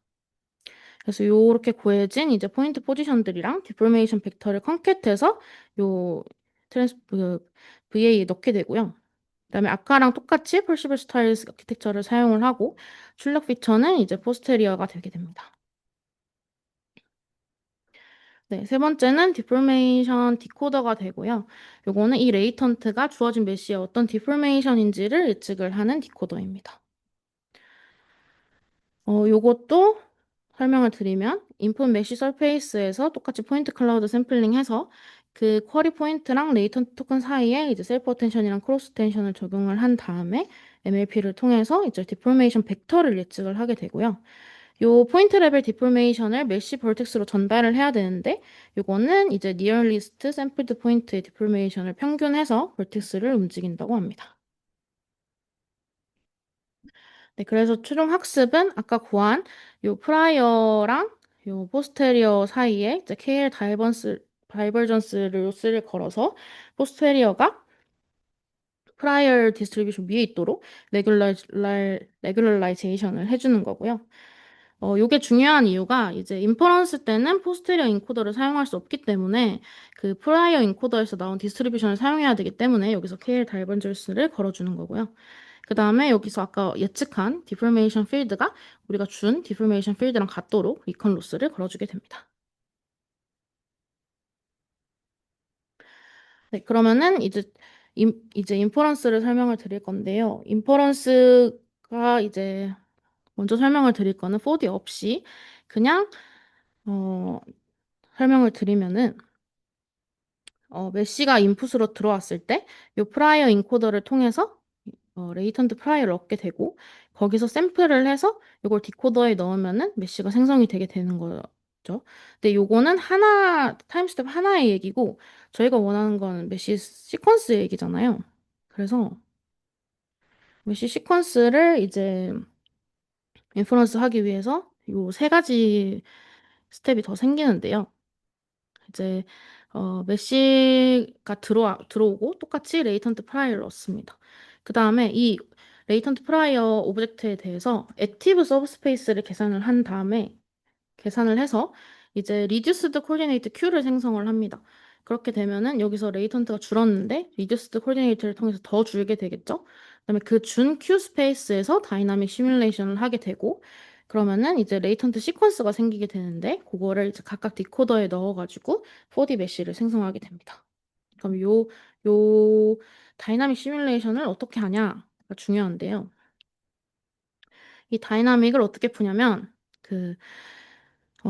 뉴록 레이턴트 스페이스를 제너럴라이제이티드 코디네이트 스페이스로 해석을 합니다.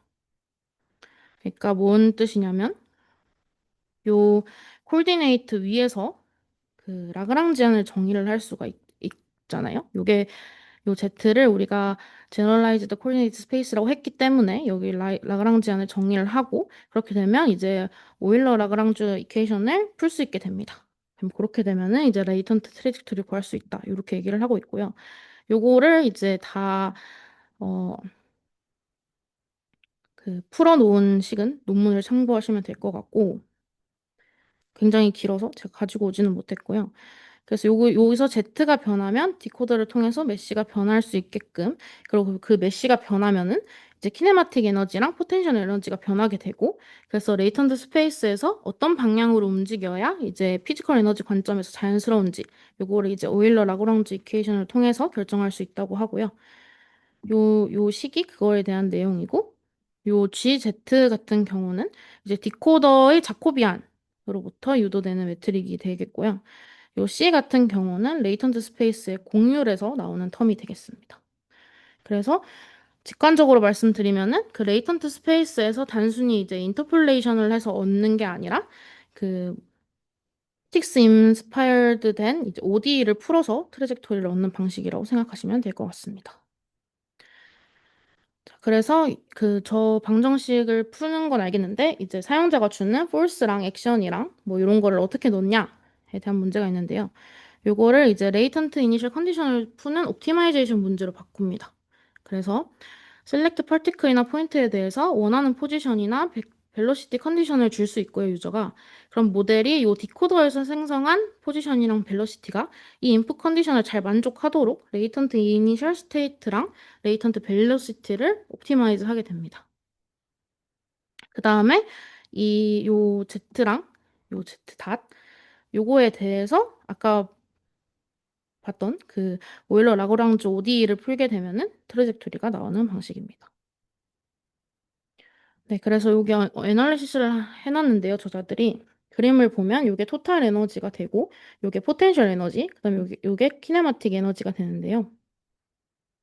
오일러 라그랑주 다이나믹을 사용을 해서 트레젝토리를 제너레이션을 했을 때는 그 토탈 에너지가 자연스럽게 보존되는 요 형태를 볼 수 있고 요거를 사용하지 않고 그냥 인터폴레이션을 했더니 그 토탈 에너지가 이렇게 자연스럽게 보존되지 않고 점점 감소하는 모습을 보였다고 합니다. 그래서 요 라그랑주 방정식을 쓰는 게 맞다라고 저자들이 주장을 하고 있고요. 네, 그래서 이게 컴패리즌인데요. 요 인풋을 주고 요런 식으로 뭐 변형을 해봐라 했을 때 뭐 요 논문 뉴록이 제일 잘한다고 얘기를 하고 있습니다. 그다음에 이거는 요 메쉬를 주고 요 공을 이렇게 왼쪽으로 당겼을 때 이제 시뮬레이션을 한 건데 다른 모델들은 요 진자 운동을 잘 못하지만 뭐 여기서는 잘 할 수 있다 이렇게 얘기를 하고 있고요. 같은 모델을 사용을 했음에도 이제 클로스 모델이 따로 있는 게 아니라 같은 모델을 사용을 했음에도 요 천에 대한 것도 아주 잘 한다. 이렇게 얘기를 하고 있고. 그다음에 리기드 파트랑 얼티큘레이티드 조인트가 섞여 있는 이런 메쉬에 대해서도 굉장히 잘 동작을 한다라고 얘기를 하고 있습니다. 네, 그래서 테이크홈 메시지를 말씀드리면은 요 복잡한 피지컬 시스템을 하이 디멘션에서 하지 않고 컴팩트한 이제 레이턴트 스페이스에서 학습하면은 문제가 훨씬 더 단순해질 수 있다. 요게 이제 테이크홈 메시지가 될 것 같고요. 그다음에 어 그 디코더를 이제 단순하게 쉐입을 생성하는 제너레이터로 쓰기보다는 요 레이턴트 스페이스를 이제 피지컬 컨피규레이션으로 매핑하는 그런 코디네이트 시스템처럼 사용했다는 점이 테이크홈 메시지가 될 수 있을 것 같습니다. 네. 준비한 발표는 여기까지고요. 혹시 질문 있으실까요?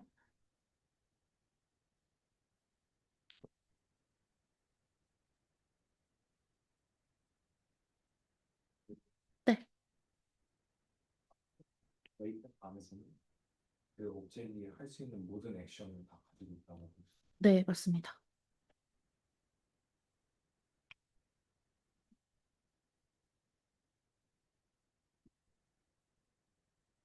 네. 다른 질문 없으시면 여기서 마치도록 하겠습니다. 감사합니다.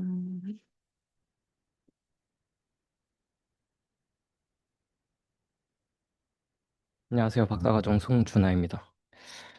오늘 발표드릴 내용은 제가 비주얼 레프레젠테이션에 관심이 많고 요즘에 뭐 월드 모델이라고 하는 것들, 뭐 그것이 정의되는 방법은 서로 다르겠지만, 그리고 레이턴트 액션에 대한 뭐 그런 내용들에 대해서 관심이 많고, 다음 하려고 하는 연구도 뭔가 레이턴트 액션스럽긴 하지만 완전히 다른 프레임워크에서 연구를 계획하고 있어서 이쪽 분야에 관심을 가지고 있고, 해서 이거를 조금 정리해 보고자 가져왔습니다.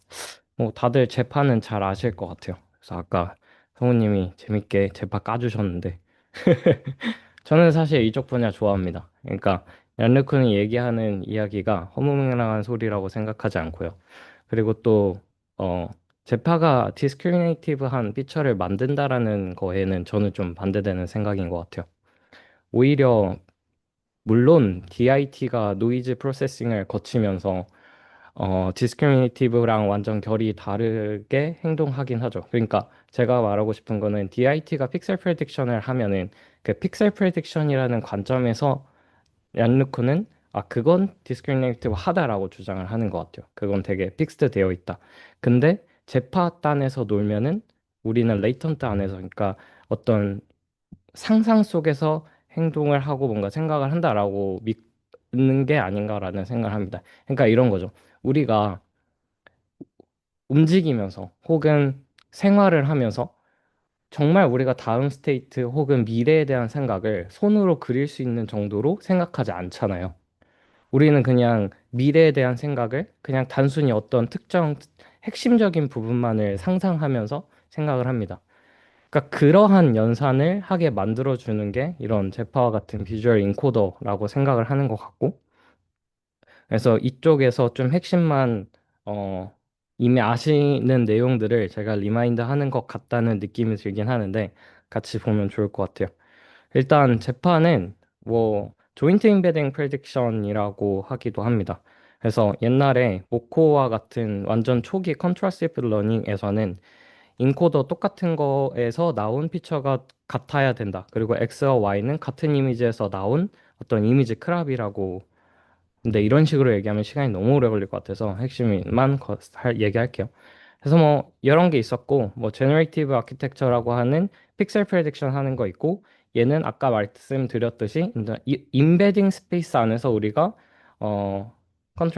CE 로스를 걷는 등의 VIT 학습을 해보겠다라고 하는 게 이 조인트 임베딩 프레딕션 아키텍처입니다. 그래서 가장 처음 나왔던 제파 1 같은 경우에는 뭐 다이노 그냥 흐름을 똑같이 따랐다고 생각해 주시면 돼요. 그러니까 어떤 디스터브 된 이미지가 들어가서 나온 피처가 조금 더 보존된 이미지로 나온 피처랑 거의 같도로 끌어당김으로써 이런 F 자체는 인베리언트한 피처를 배운다고 이야기를 하는데, 내가 어떤 이미지를 봤다고 하더라도 그 이미지가 이 전 세계에서 어떤 공간에 위치되어야 하는지를 배우는 겁니다. 어쨌든 조금 어렵게 말했을 수도 있는데, 어, 그렇게 함으로써 우리가 비주얼 레프레젠테이션을 학습시키면은 좋은 VIT가 나올 수 있다라는 믿음을 이 사람들은 가지는 거예요. 그래서 완전 옛날부터 다양한 프락티스 태스크를 정해왔죠. 뭐 컬러리제이션이나 아니면 로테이션 같은 거. 그러다가 컨트라스티브랑 MIM 같은 논문들이 나오고 이런 재파도 그들의 똑같은 흐름을 따르긴 하지만 여기에서도 이미지를 특정 공간에다 매칭시키고 그것이 같은 이미지라면 같은 공간에 있게끔 다른 이미지라면 다른 공간에 있게끔 만들겠다라는 게 이들의 철학입니다. 이게 제가 갖고 와가지고 좀 잘렸는데 그래서 저는 이 제파에서 메소드 측면은 얘기 잘 안 할 거고요. 왜냐면 이미 너무 잘 아는 거니까. 근데 얘네들이 저는 이런 생각이 들어요. 제파를 잘 설명하기 위해서 이 모델이 좋다를 증명해야 되는데 그 증명하는 그 이밸류에이션 기법들을 다양하게 상상해 왔어요. 그리고 그 이밸류에이션 기법이 새롭게 주장되는 것만으로도 얘네들은 자신의 컨트리뷰션이라고 생각해 왔거든요. 그리고 그게 지금까지 로보틱스로까지 나왔고 그 로보틱스까지 이밸류에이션을 설명드리는 게 저의 이번 발표 목적입니다. 그래서 제파 1에서는 로보틱스 그런 거 관심 없고 일단 이미지넷 리니어 프로빙 혹은 다른 클래시피케이션 관점에서 쓰는 리니어 프로빙 성능을 배포를 합니다. 그리고 뭐 이런 실험도 해요. 그냥 알아두면 좋을 것 같은데 RCDM 프레임워크라고 해가지고 플레임 잘 모르겠고 어쨌든 제파에서 이 이미지를 제파에서 비주얼 레프레젠테이션을 뽑고 그 레프레젠테이션 일부를 디퓨전 디코더에다가 넣는 거예요. 그래서 디퓨전 디코더는 따로 어디선가 파인 튜닝이 된 겁니다. 그래서 여기서 뭘 보냐고 하는 거냐면 내가 제파로 만든 레프레젠테이션이 디퓨전 디코더에 들어가서 정말 다양한 피처를 뽑을 수 있냐를 봅니다. 그게 RCDM 이밸류에이션이에요. 그러니까 단지 내가 디스크리미네이티브한 피처를 뽑는 게 아니고 정말 여기에는 우리가 정말 상상할 수 있는 그러니까 아까 말했던 정말 핵심적인 포인트만 머리에 담고 있는 우리처럼 제파도 그렇게 어떤 정보를 압축한다는 것을 증명하기 위한 이런 실험을 좀 하고요. 그 다음에 말씀드릴 논문 플레임이 뭐 Learning and Leveraging World Model in Visual Representation Learning이라는 논문인데 이 논문은 2024년에 나왔는데 되게 하이라이트를 못 받았다가 요즘에 사람들이 오씨 이거 뭐야? 라고 되고 있는 논문이에요. 여기 보시면은 이 그림은 아까랑 비슷하긴 해요. 그러니까 X, Y는 같은 이미지에서 나온 무언가입니다. 그리고 두 개 사이는 어떤 이미지 트랜스포메이션으로 정의할 수 있어요. 근데 그게 기존 제파의 프레임워크였다면 여기에서는 이 액션을 이 P에다가도 그러니까 프로젝터에다가도 넣어줘요. 그러면 이 액션이 뭐냐? 제가 액션이라고 이야기했는데 사실 2024년에는 액션 그딴 거 없었고 그냥 이미지 아규멘테이션 정도였습니다. 그러니까 y 값에서 그러니까 y라는 어떤 하나의 이미지에서 로테이션 하는 값 얼마, 시프팅 하는 값 얼마, 크롭 하는 값 얼마 뭐 이런 아규멘테이션 파라미터를 숫자 벡터로 만들고 그게 프로젝터에 들어가게 만드는 거예요. 그래서 왜 이렇게 학습하냐라고 하는 거는 얘네가 처음에 생각을 한 게, 야, 이거 너무 지들끼리 같게 만드는 것 자체가 확실히 인베리언트한 피처를 만드는 데는 되게 좋아. 그런데 너무너무 앱스트랙트해지는 게 아니냐, 뭐 이런 주장을 합니다. 그래서 그런 걸 방지하고자 조금 프로젝터한테 힌트를 주는 거예요. 이번에 예측할 거는 이러한 아규멘테이션이 파라미터가 들어갔을 때 나오는 이미지를 예측을 해 라고 알려주는 거예요. 그래서 여기 적혀 있는 것처럼 이러한 어떤 특정 컨디션을 줌으로써 뭐 얘네들이 주장하는 바로는 좀 더 아규멘테이션으로 조작 가능한 레이턴트. 그러니까 상상을 해보면 얘는 그냥 인베리언트 한 피처만 배우면 돼요. 다른 거 관심 없고. 근데 얘는 어때야 되냐면 인베리언트 하긴 하지만 내가 어떤 상태가 들어올지 몰라요. 그렇기 때문에 얘는 조금 더 많은 레프레젠테이션을 만들어야 돼요. 그러니까 얘 입장에선 조금 더 힘들 수 있다라고 이야기할 수 있죠. 그렇기 때문에 뭔가 리치하고 디테일드한 피처를 뽑을 수 있다라고 주장을 합니다. 그래서 이렇게 만든 비주얼 레프레젠테이션이 더 좋다라고 주장을 하고 뭐 디테일한 거나 설명 안 하겠습니다. 이거 액션 네. 쪽이 뭐가 어떻게 된다고요? 왜 리치하고 왜 리치하다고요? 다시 그러니까 뭐 설명드리겠습니다. 오리엔테이션 30도 돌린 거를 알아서 그거를 사후적으로 F 세타를 뽑아가지고 거기에 뭔가 네, 이걸 바탕으로 저 위에 P 네, 맞습니다. 그게 다른 부분이잖아요. A랑 맞습니다. 걔가 들어가고 더 뭐가 더 다이버스 뭐 음, 그냥 이거를 좀 다시 한번 설명을 해보자면, 만약에 얘가 없었다면, 이 P는 그냥 무작정, 그리고 P와 F는 무작정, 같은 이미지에서 나온 무언가를 그냥 그쪽으로 보내기만 하면 되는 거예요. 그러니까 어떤 이미지가 들어오면 나는 그냥 무조건 저기로 보낼 거야 라는 그런 좌표를 딱 찍어버리는 거죠. 그래서 F는 그렇게 어떤 특정한 좌표 찍기를 배우는 거고, 만약에 A라는 컨디션이 여기에서 들어가진다면 F는 좌표 찍으면 안 돼요. 왜냐면 내가 어떤 액션이 들어올지 모르기 때문에 좌표를 찍기 전에 그 주변에 있는 정보까지 다 함축해 놔야 되는 거죠. PP는 네. 학습되는 거야? 아, P 학습되는 겁니다. 네? P 학습되는. 얘는 그냥 트랜스포머 블럭 한 두세 개 이런 거고요. 얘는 그냥 VIT 이런 거라고.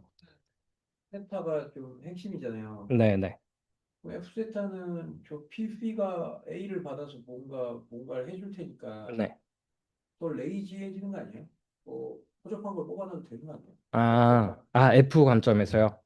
F가 핵심 아니에요? 네. 여기서 최종 결과물은 네. F잖아요. 맞습니다. 네. 근데 뭐 F 세타는 이 F의 EMA 건 거니까 그러니까 사실 얘랑 같다고 보면 되는데, 근데 교수님 설명도 사실 저도 옛날에 했던 생각입니다. 뭐 얘한테는 이런 정보가 들어가면 더 쉽게 배울 수 있는 거 아닐까라는 생각을 저도 사실 했고요. 근데 여기에서 설명한 그대로를 좀 말씀드리는 거고, 뭐 얘네들 실험 결과에 의해서는 좀 더 좋은 결과가 나왔다고 하니까 저도 이렇게 설명드리긴 하지만, 음, 누군가는 이게 좀, 네, 양방으로 생각할 수 있는 것 같아요. 저도 그거에 대한 답을 확실히 드리기는 어렵겠 거죠. 음. 네. 이건 한번 아, 예. 네. 이해한 바는 뭐를 짓는 행위라고 한다면 짓는 행위의 그 임의론적인 자체는 하나의 레프레젠테이션을 줄수 있고, 물론 그게 픽셀 스페이스로 레프레젠트 된다면 짓는 게 무한가지가 줄 수 있으니까 우리가 뽑고자 하는 거는 무한가지의 그 픽셀이 아닌 짓는다는 의미를 레이턴트 스페이스에서 모델링하는 음, 중요하고, 그걸 음, 하나의 루트다 음, 이해를 해요. 짓는다고 무슨 말이야? 짓는다. 그러니까 예를 들어서 저희가 손으로 이제 컵을 집잖아요. 네. 네, 피처가 네. 네. 이제 근데 이제 제파가 그 하나의 레프레젠테이션을 왜 잘 학습이 많아요? 그러니까 그렇게 된다면 물론 말은 되는데, 학습을 그러니까 제파가 그런 식으로 학습이 될 수 있는지가 궁금했고, 그거의 핵심은 저 트랜스포메이션 어큐멘테이션이 그런 조건을 만족할 수 있는지를 만약 이상적으로 손을 짓는 그냥 진짜로 과거 스테이트 똑같고 미래 스테이트가 살짝 다른 두 페어를 만들 수 있으면 모르겠는데, 여기서 하는 어큐멘테이션 뭐 돌리고 뭐 기존에 있던 그런 뭐 이미지 스페이스에 대한 뭐 그런 어큐멘테이션이지. 맞아요. 그런 트랜스포메이션을 모델링 할 수 있다면 그런 피처를 뽑을 수 있는데, 저 트랜스포메이션에서 좀 한계가 걸려서 저는 그런 인베리언트한 피처를 뽑는 게 쉬울까 하는 고민을 조금 했었던 거예요. 음, 일단은 그냥 제가 이해한 바에 따르면 질문해 주신 거는 정말 이렇게 해가지고 우리가 좋은 레프레젠테이션 모델을 만들 수 있는가로 그냥 조금 더 쉽게 바꿔도 될까요? 근데 저도 그런 생각을 했어요. 그러니까 사실 생각해보면 이미지가 여기 있고, 그리고 뭔가 아규멘트 된 이런 게 있어요. 단지 얘네들끼리 잡아당기는 것만으로 여기에서 살짝 스테이트 변한 게 있어요. 그러니까 이거 X라고 해볼게요. 이 점 동그라미와 X 사이에는 좀 다른 피처가 만들어지게 하고, 그리고 얘네끼리는 같아지게 하고, 뭐 이런 식의 컨트라스티브 러닝이, 혹은 제파에서는 이 파스티브끼리만 학습하니까 이런 러닝이 정말 좋은 전체 스페이스에서 좋은 비주얼 레프레젠테이션 모델을 만들 수 있는가라고 제가 질문을 이해해도 되나요? 제가 오히려 역을 얘기한 거예요. 네. 제가 아니 그런 그러니까 저 트랜스포메이션 자체 그러니까 뭐 하나의 뭐 컵을 짓는다에 대해서 여러 가지 퓨처 스테이트, 픽셀 스페이스에서 있을 수 있는 여러 가지 가지 픽셀 스페이스에서 표현되는 것들이 하나의 공통된 의미를 가진 중입니다. 실제로 현실에서 볼 만한 그 100개의 어스베이션들을 보고 어디 인베리언트 걸 뽑아라. 음. 시켜야 된다고 생각하는데 아, 트랜스포메이션 펑션 네, 네. 네, 네, 그쵸, 그쵸. 그런 인베리언트 네, 네, 네. 판타스틱 보스가 음. 결국에는 그 트랜스포메이션에 이게 바운드 되는 거 아니에요? 음. 그런 그런 것 같아요. 말씀해주신 것처럼 여기에서 정의하는 태스크가 그리고 우리가 기대하는 능력의 태스크는 정말 다른 것 같은데 그냥 얘네들이 생각하는 그 방향은 우리가 정의한 이 태스크 자체가 미래에 사용될 그런 뭔가 그러니까 뭔가 물건을 짚는 행위에 대한 다양한 영상을 다 비슷한 공간에 매핑시킬 수 있는 그런 능력까지 가질 수 있는가? 에 대한 답변을 얘네도 확신할 수 없지만 이런 식의 학습을 하다 보면 언젠가 비슷한 놈은 비슷한 것끼리 갈 거다라는 믿음이 있는 것 같아요. 데이터가 정말 많으면. 그래서 이런 학습을 하는 게 아닌가. 그러니까 얘네의 그 철학을 그냥 딱 정리하면 데이터가 엄청 많으면 될 거야. 그리고 두 번째는 하지만 우리는 가장 쉬운 태스크로 모델을 잘 만들고 싶어. 그렇기 때문에 그런 복잡한 태스크까지는 고려하지 않은 채 이렇게 일단 학습을 시키고 있는 게 아닌가. 그래서 이게 현실이지 않나라는 생각을 합니다. 그래서, 네. 그래서 이거는 조금 어려운 문제인 것 같은데, 그거는 이제 상상하기 나름인 것 같아요. 그러니까 네. 제가 질문한 거는 네. 그걸 찾을 것 같아요. 왜냐면 네. P가 네. 인스턴스 와이즈로 네. 독립적으로 움직이는 게 아니라 여기 뭐 크랍을 한 게 A다 뭐 네. 그러면 그 크랍이라는 액션을 역으로 되돌리는 네. 그런 거잖아요. 근데 맞습니다. 그거는 이 이미지 저 이미지 다양하게 이렇게 되는 다양한 학습 데이터 과정에서 그 동일한 그 크랍이라는 연산이 적용된 것 같은 적용된 케이스의 경우는 저 PV는 똑같을 거잖아요. 네, 네. 그렇죠. 얘 역할은 똑같아요. 저거가 어떤 특정한 뭐 이런 방향으로 뭐 벡터를 트랜슬레이트 아니면 평행이동시키는 역할을 만약에 한다면 네. 그거는 그 동일한 크랍이라는 거에 대해서는 좀 다 똑같이 적용될 거고 Y의 레프레젠테이션과 X의 네. 레프레젠테이션 오도돌도 말고 그만큼의 일관의 차이를 보여줬거든요. 네, 네. 마치 뭐 워드 투백이나 뭐 글로브에서 네, 네. 킹, 퀸, 뭐 저거 뭐 보이, 걸, 뭐 데디, 마미 뭐 이런 거에서 다 일관된 벡터가 나타나는 거예요. 네, 여기서는 그런 거를 좀 한 것 같은데요. 네, 저도 그냥 그 정도로, 그러니까 그러니까 뭔가 예시들을 생각해보고 넣어봤을 때 뭐 얘는 얘고 그런 식으로 저도 이해를 했던 것 같습니다. 또 시간이 또 얼마 안 남았으니까 핵심만 짚고 넘어가면 여기서 클래시피케이션이랑 세그멘테이션을 실험하고 그 다음에 VJEPA 1으로 들어갑니다. 여기서 V는 비디오 의미하는 거고요. 아까 있었던 이미지를 비디오로 확장을 합니다.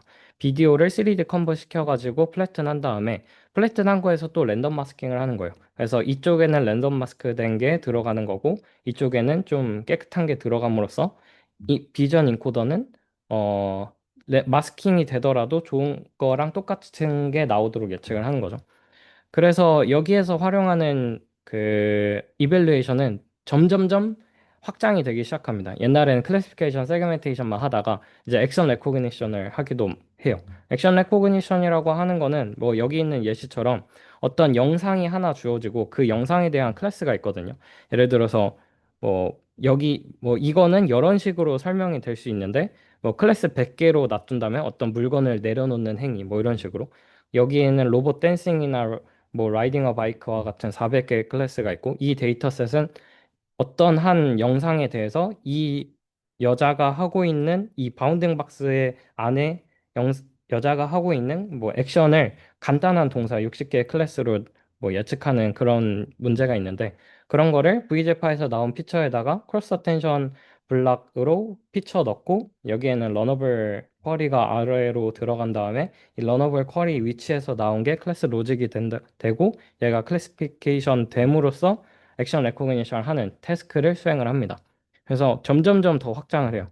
그리고 나서 이제 VZ 네. 그러고 나서 이제 VJPA2가 나오죠. VJPA2에서는 아까랑 사실 똑같은 구조인데 데이터셋을 더 많이 사용했다고 합니다. 그리고 이렇게 학습시킨 모델이 또 클래시피케이션, 세그멘테이션, 액션 레코그니션에서 더 좋아지고 또한 뭐 비디오 QA에서도 이제 성능이 좋아진다고 이야기해요. 비디오 QA는 뭐 여러분이 아시는 것처럼 라바와 같은 구조인 거죠. 우리가 가진 비전 인코더에다가 뭐 퀸과 같은 LLM 갖고 와가지고 살짝 파인 튜닝하고 그렇게 만들어진 VLM에서 이밸루에이션을 하는 거죠. 이거는 그냥 비디오 VQA와 같은 벤치마크들이거든요. 그래서 이런 것들을 해 나갑니다. 그래서 뭐 갑자기 쟤 왜 이렇게 이밸루에이션 주르륵 읊는 거야? 라고 궁금해 하신다면은 저는 되게 이게 흥미로운 포인트라고 생각해요. 왜냐면은 얘네들이 발악하는 거거든요. 제파를 살리고 싶고 제파 연구 계속하고 싶은데 사람들이 이게 무슨 의미가 있냐라고 주장을 계속해서 발악하는 겁니다. 그래서 우리는 얘네들이 어디까지 발악하는지 보면 됩니다.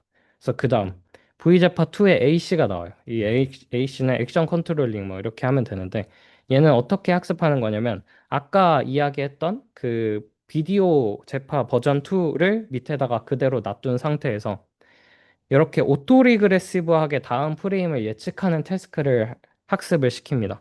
뭐 여기에서 일단 한번 볼게요.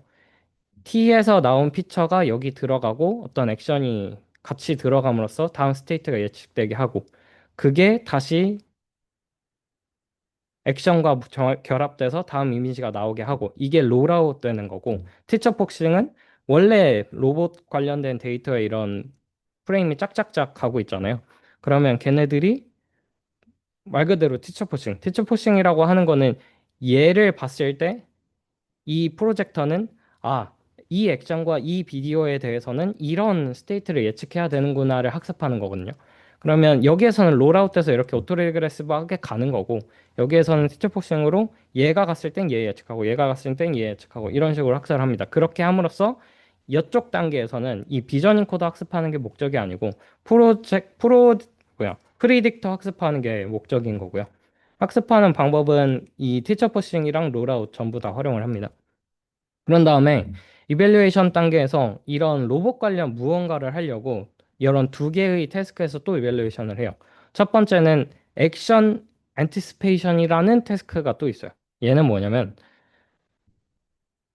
이렇게 앞에 있는 이 컨텍스트 프레임이 있어요. 그리고 그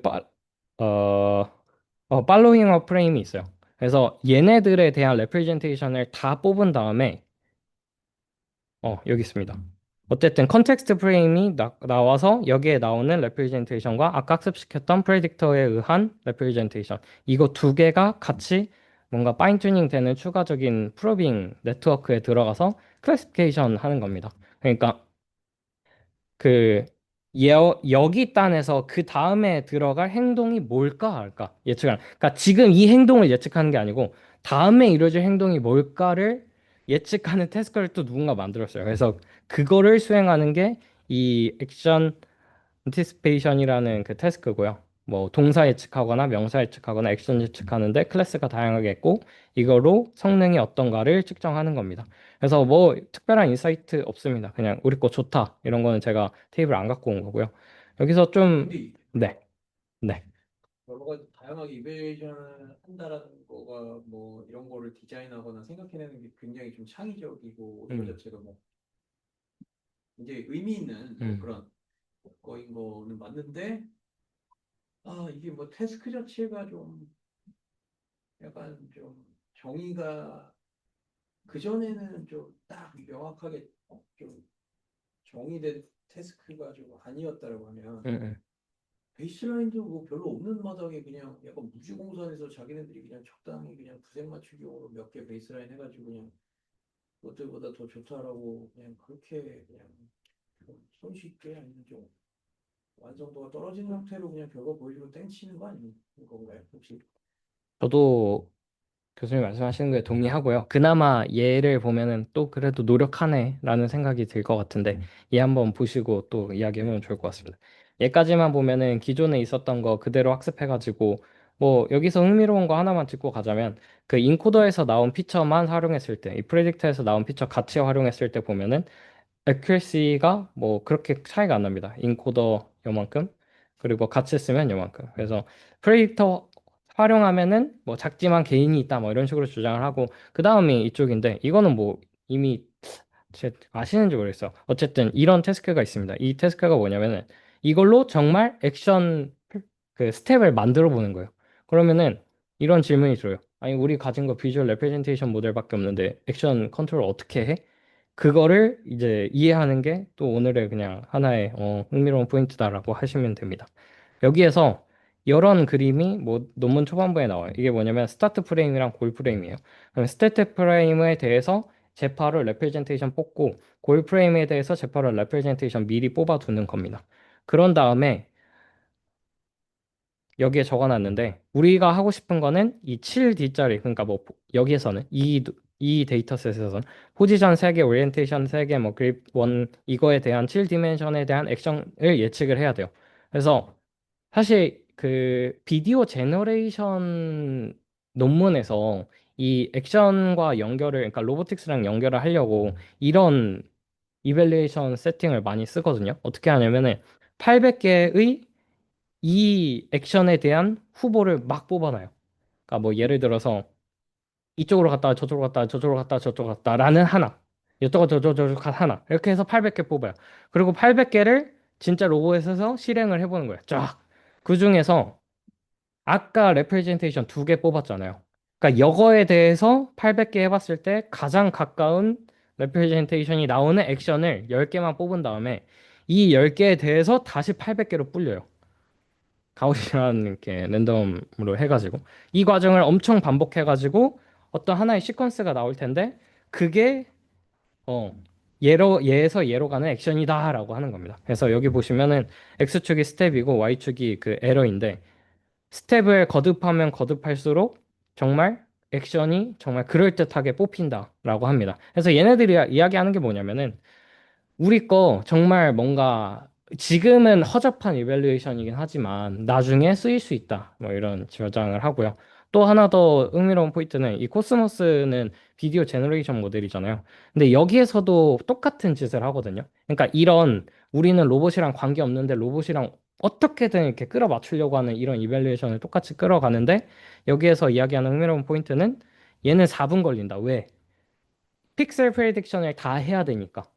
픽셀 프레딕션을 다 하면서 내 거가 정말 그 계획, 그러니까 여러 가지 액션들 중에서 막 상상을 해보고 타겟 픽셀과 매칭이 되는지에 대한 행동을 하는데 우리는 픽셀이 아니고 임베딩 단에서 생각을 하니까 시간도 빨리 걸리고 성능도 조금 더 좋다. 뭐 이런 얘기를 합니다. 그래서 그 다음에는 뭐 이제 그 다음에 2.1 나왔는데 사실 똑같고요. 그래서 쭉쭉 넘어가면 될 것 같고 뭐 비디오 오브젝트 세그멘테이션도 하고요. 그 다음에 어 그 액션 안티시페이션이라는 뭐 사실 클래시피케이션이죠. 그리고 뭐 바운딩 박스 예측하는 그런 디텍션까지 넘어감으로써 확장도 해보고 그리고 아까는 한 가지 데이터셋에만 했었는데 그러니까 로보틱스에 대한 코디네이트나 뭐 액션 같은 거 예측하는 거를 해봤는데 여기서는 내비게이션 그러니까 여기 있다가 저기까지 가려고 그러면 어떤 것을 예측해야 되는가 그런 실험들까지 하면서 자기가 좋다라고 주장을 합니다. 어, 뭐 다음 논문도 있는데 그냥 여기까지만 좀 발표드리면 될 것 같고요. 그 어쨌든 간에 알아두면 좋을 거는 그래도 얘네만의 꿈이 있다. 그리고 그 꿈을 달성하기 위해서 발악을 하고 있고 그래도 뭐 여론 쪽에서 의미가 있다는 것을 계속 증명해 내려고 노력하고 있다. 딱 이 정도만 생각해 주시면 좋을 것 같습니다. 감사합니다. 그래서 얘네도 뭐 좀 될 것 같나요? 네? 미래가 밝은 것 미래가? 같아요. 근데 저는 개인적으로 저는 야니쿤파입니다. 그러니까 페이페이랑 뭐 저기 월드 모델이랑 또 뭐 있지? 그러니까 뭐 누파냐라고 네. 하든 하여튼 네. 누구의 그림하느냐에 아, 있다. 그쵸. 근데 제가 방금 했던 예시가 그냥 제가 믿고 있는 방향인 것 같아요. 그러니까 인간은 다음 행동이나 아니면 미래에 대한 상상을 할 때 정말 그 그림을 완벽하게 그릴 수 있게끔 생각하는 게 아니지 않느냐. 우리는 머릿속 안에서 생각을 하다 보는데 이 머릿속 그 두뇌 인지과학에서도 하면은 우리 머리는 시각적인 정보, 언어적인 정보가 정말 그런 인베딩 스페이스에서 위치하는 것처럼 뭔가 그런 인베딩 공간상에서 우리는 생각을 한다고 해요. 그래서 얘네도 사실 우리 뭐 피스의 프리딕션으로 가지 말고 인베딩 공간에서 놀자, 놀자, 놀자라고 주장을 하는 것이기 때문에 우리도 그렇기 때문에 얘네도 그렇다라는 저의 믿음에 의해서 어, 이런 잼파 프레임들이 그래도 의미가 있지 않나라는 생각을 해봅니다. 아니, 저는 좀 이게 내가 잘 모르긴 하는데 그게 뭐 그냥 정보의 압축이냐 아니면 풀리 디코디드 된 픽셀이냐의 차이일 뿐 아니야. AI들도 뭐 이런저런 실험에서의 네. 그러니까 뭐 디퓨전 디코더를 달아가지고 어떻게 뭐 입력단으로 그리고 입력 네. 패드를 어떻게 파인튜닝해서 그렇게 다른지 모르겠는데 약간 그런 네네. 것도 충분한 정보가 있다. 약간 이런 거를 보여주려는 의도였잖아요. 네, 맞습니다. 뭔가 디스크리미너티브한 뭐 파절한 정보가 아니라 그거는 결국 어떻게 보면 픽셀이 좀 비효율적일 수 있지만 음. 그게 풀 인포메이션이라고 한다면 음. 얘는 그냥 그거를 압축한 효율성이 더 좋을 효율성 측면에서의 장점만 그 장점이 핵심이 되는 그런 음. 거라는 거 아닐까요? 아닌가? 아니, 뭐, 저도 사실 그렇게 생각하기도 합니다. 그러니까, 아직까지 그거를 보여준 게 없는 것 같아요. 네. 그러니까 그냥 뭐 속도가 더 빠르고 메모리만 좀 덜 먹는다. 거의 그러니까 그것도 굉장히 네. 중요한 가치죠. 그치만, 약간 그런 쪽에서의 네. 핵심 장점, 이거에 장점이 있는 건지, 음. 아니면 이렇게 했을 때는 픽셀로 뭔가 했을 때는 거기에 너무 좀 로우 레벨 정보가 좀 도미넌트해서 음. 뭔가 좀 오히려 핵심이 묻힌다. 음. 그러면 딱 그런 좀 너무 디테일한 나무 보다가 그냥 믿어줘도 안 되는 그런 좀, 그런 거보다 이런 핵심 위주를 저장하는 게 실제로 더 중요한 정보를 저장하는 그런 성능의 퀄리티의 우월함이 있다. 음. 뭐 약간 얘네들이 좀 어떤 방향성인지 그리고 뭐 네. 준학생도 뭐 아이고. 어떤 의견에서 혹은 어떤 생각에서 이쪽 파라고 얘기하는 거지가 좀 궁금해요. 되게 어려운 질문인 것 같아요. 그리고 이런 동일한 질문을 사실 얀루쿤도 맨날 맨날 받는다고 자기도 이야기를 하거든요. 그러면서 자기도 대답을 잘 못하는데 일단은 제가 가지고 있는 신념이나 믿음은 아까 말씀드린 거 이상으로 이야기 드리긴 어려울 것 같고 그냥 흥미로운 이야기나 하나 해보자면은 이번에 CVPR 갔다가 이제 그 연구실 사람들 전 연구실 사람들이 뭐 다운이 형 잠깐 보고 이제 상현이 형 얘기도 우상현 박사가 이제 AMI 갔잖아요. 그래서 그런 이야기를 좀 들으면서 거기에서 좀 요즘 엄청 바쁘대요. 그 샤이닝도 이번에 CVPR 하나도 못 왔거든요. 그러니까 톡이 한 5개, 6개 막 이렇게 하는데 CVPR 하나도 못 왔어요. 그러면서 이야기할 때마다 난 너무 바쁘다. 막 이런 얘기를 해요. 그리고 제가 이렇게 엿듣기로는 우상현 박사도 요즘 너무 바쁘대요. 바빠 죽을 것 같아요. 그 옆집에 있는 완전 친한 그 한국인 아저씨 있는데 그분이랑도 뉴욕대 같이 펠로우 했었던 사람인데 술 먹는 거 그렇게 좋아하는 형은 술 먹으러도 절대 안 나온대요. 그래서 저는 이런 생각을 해봤어요.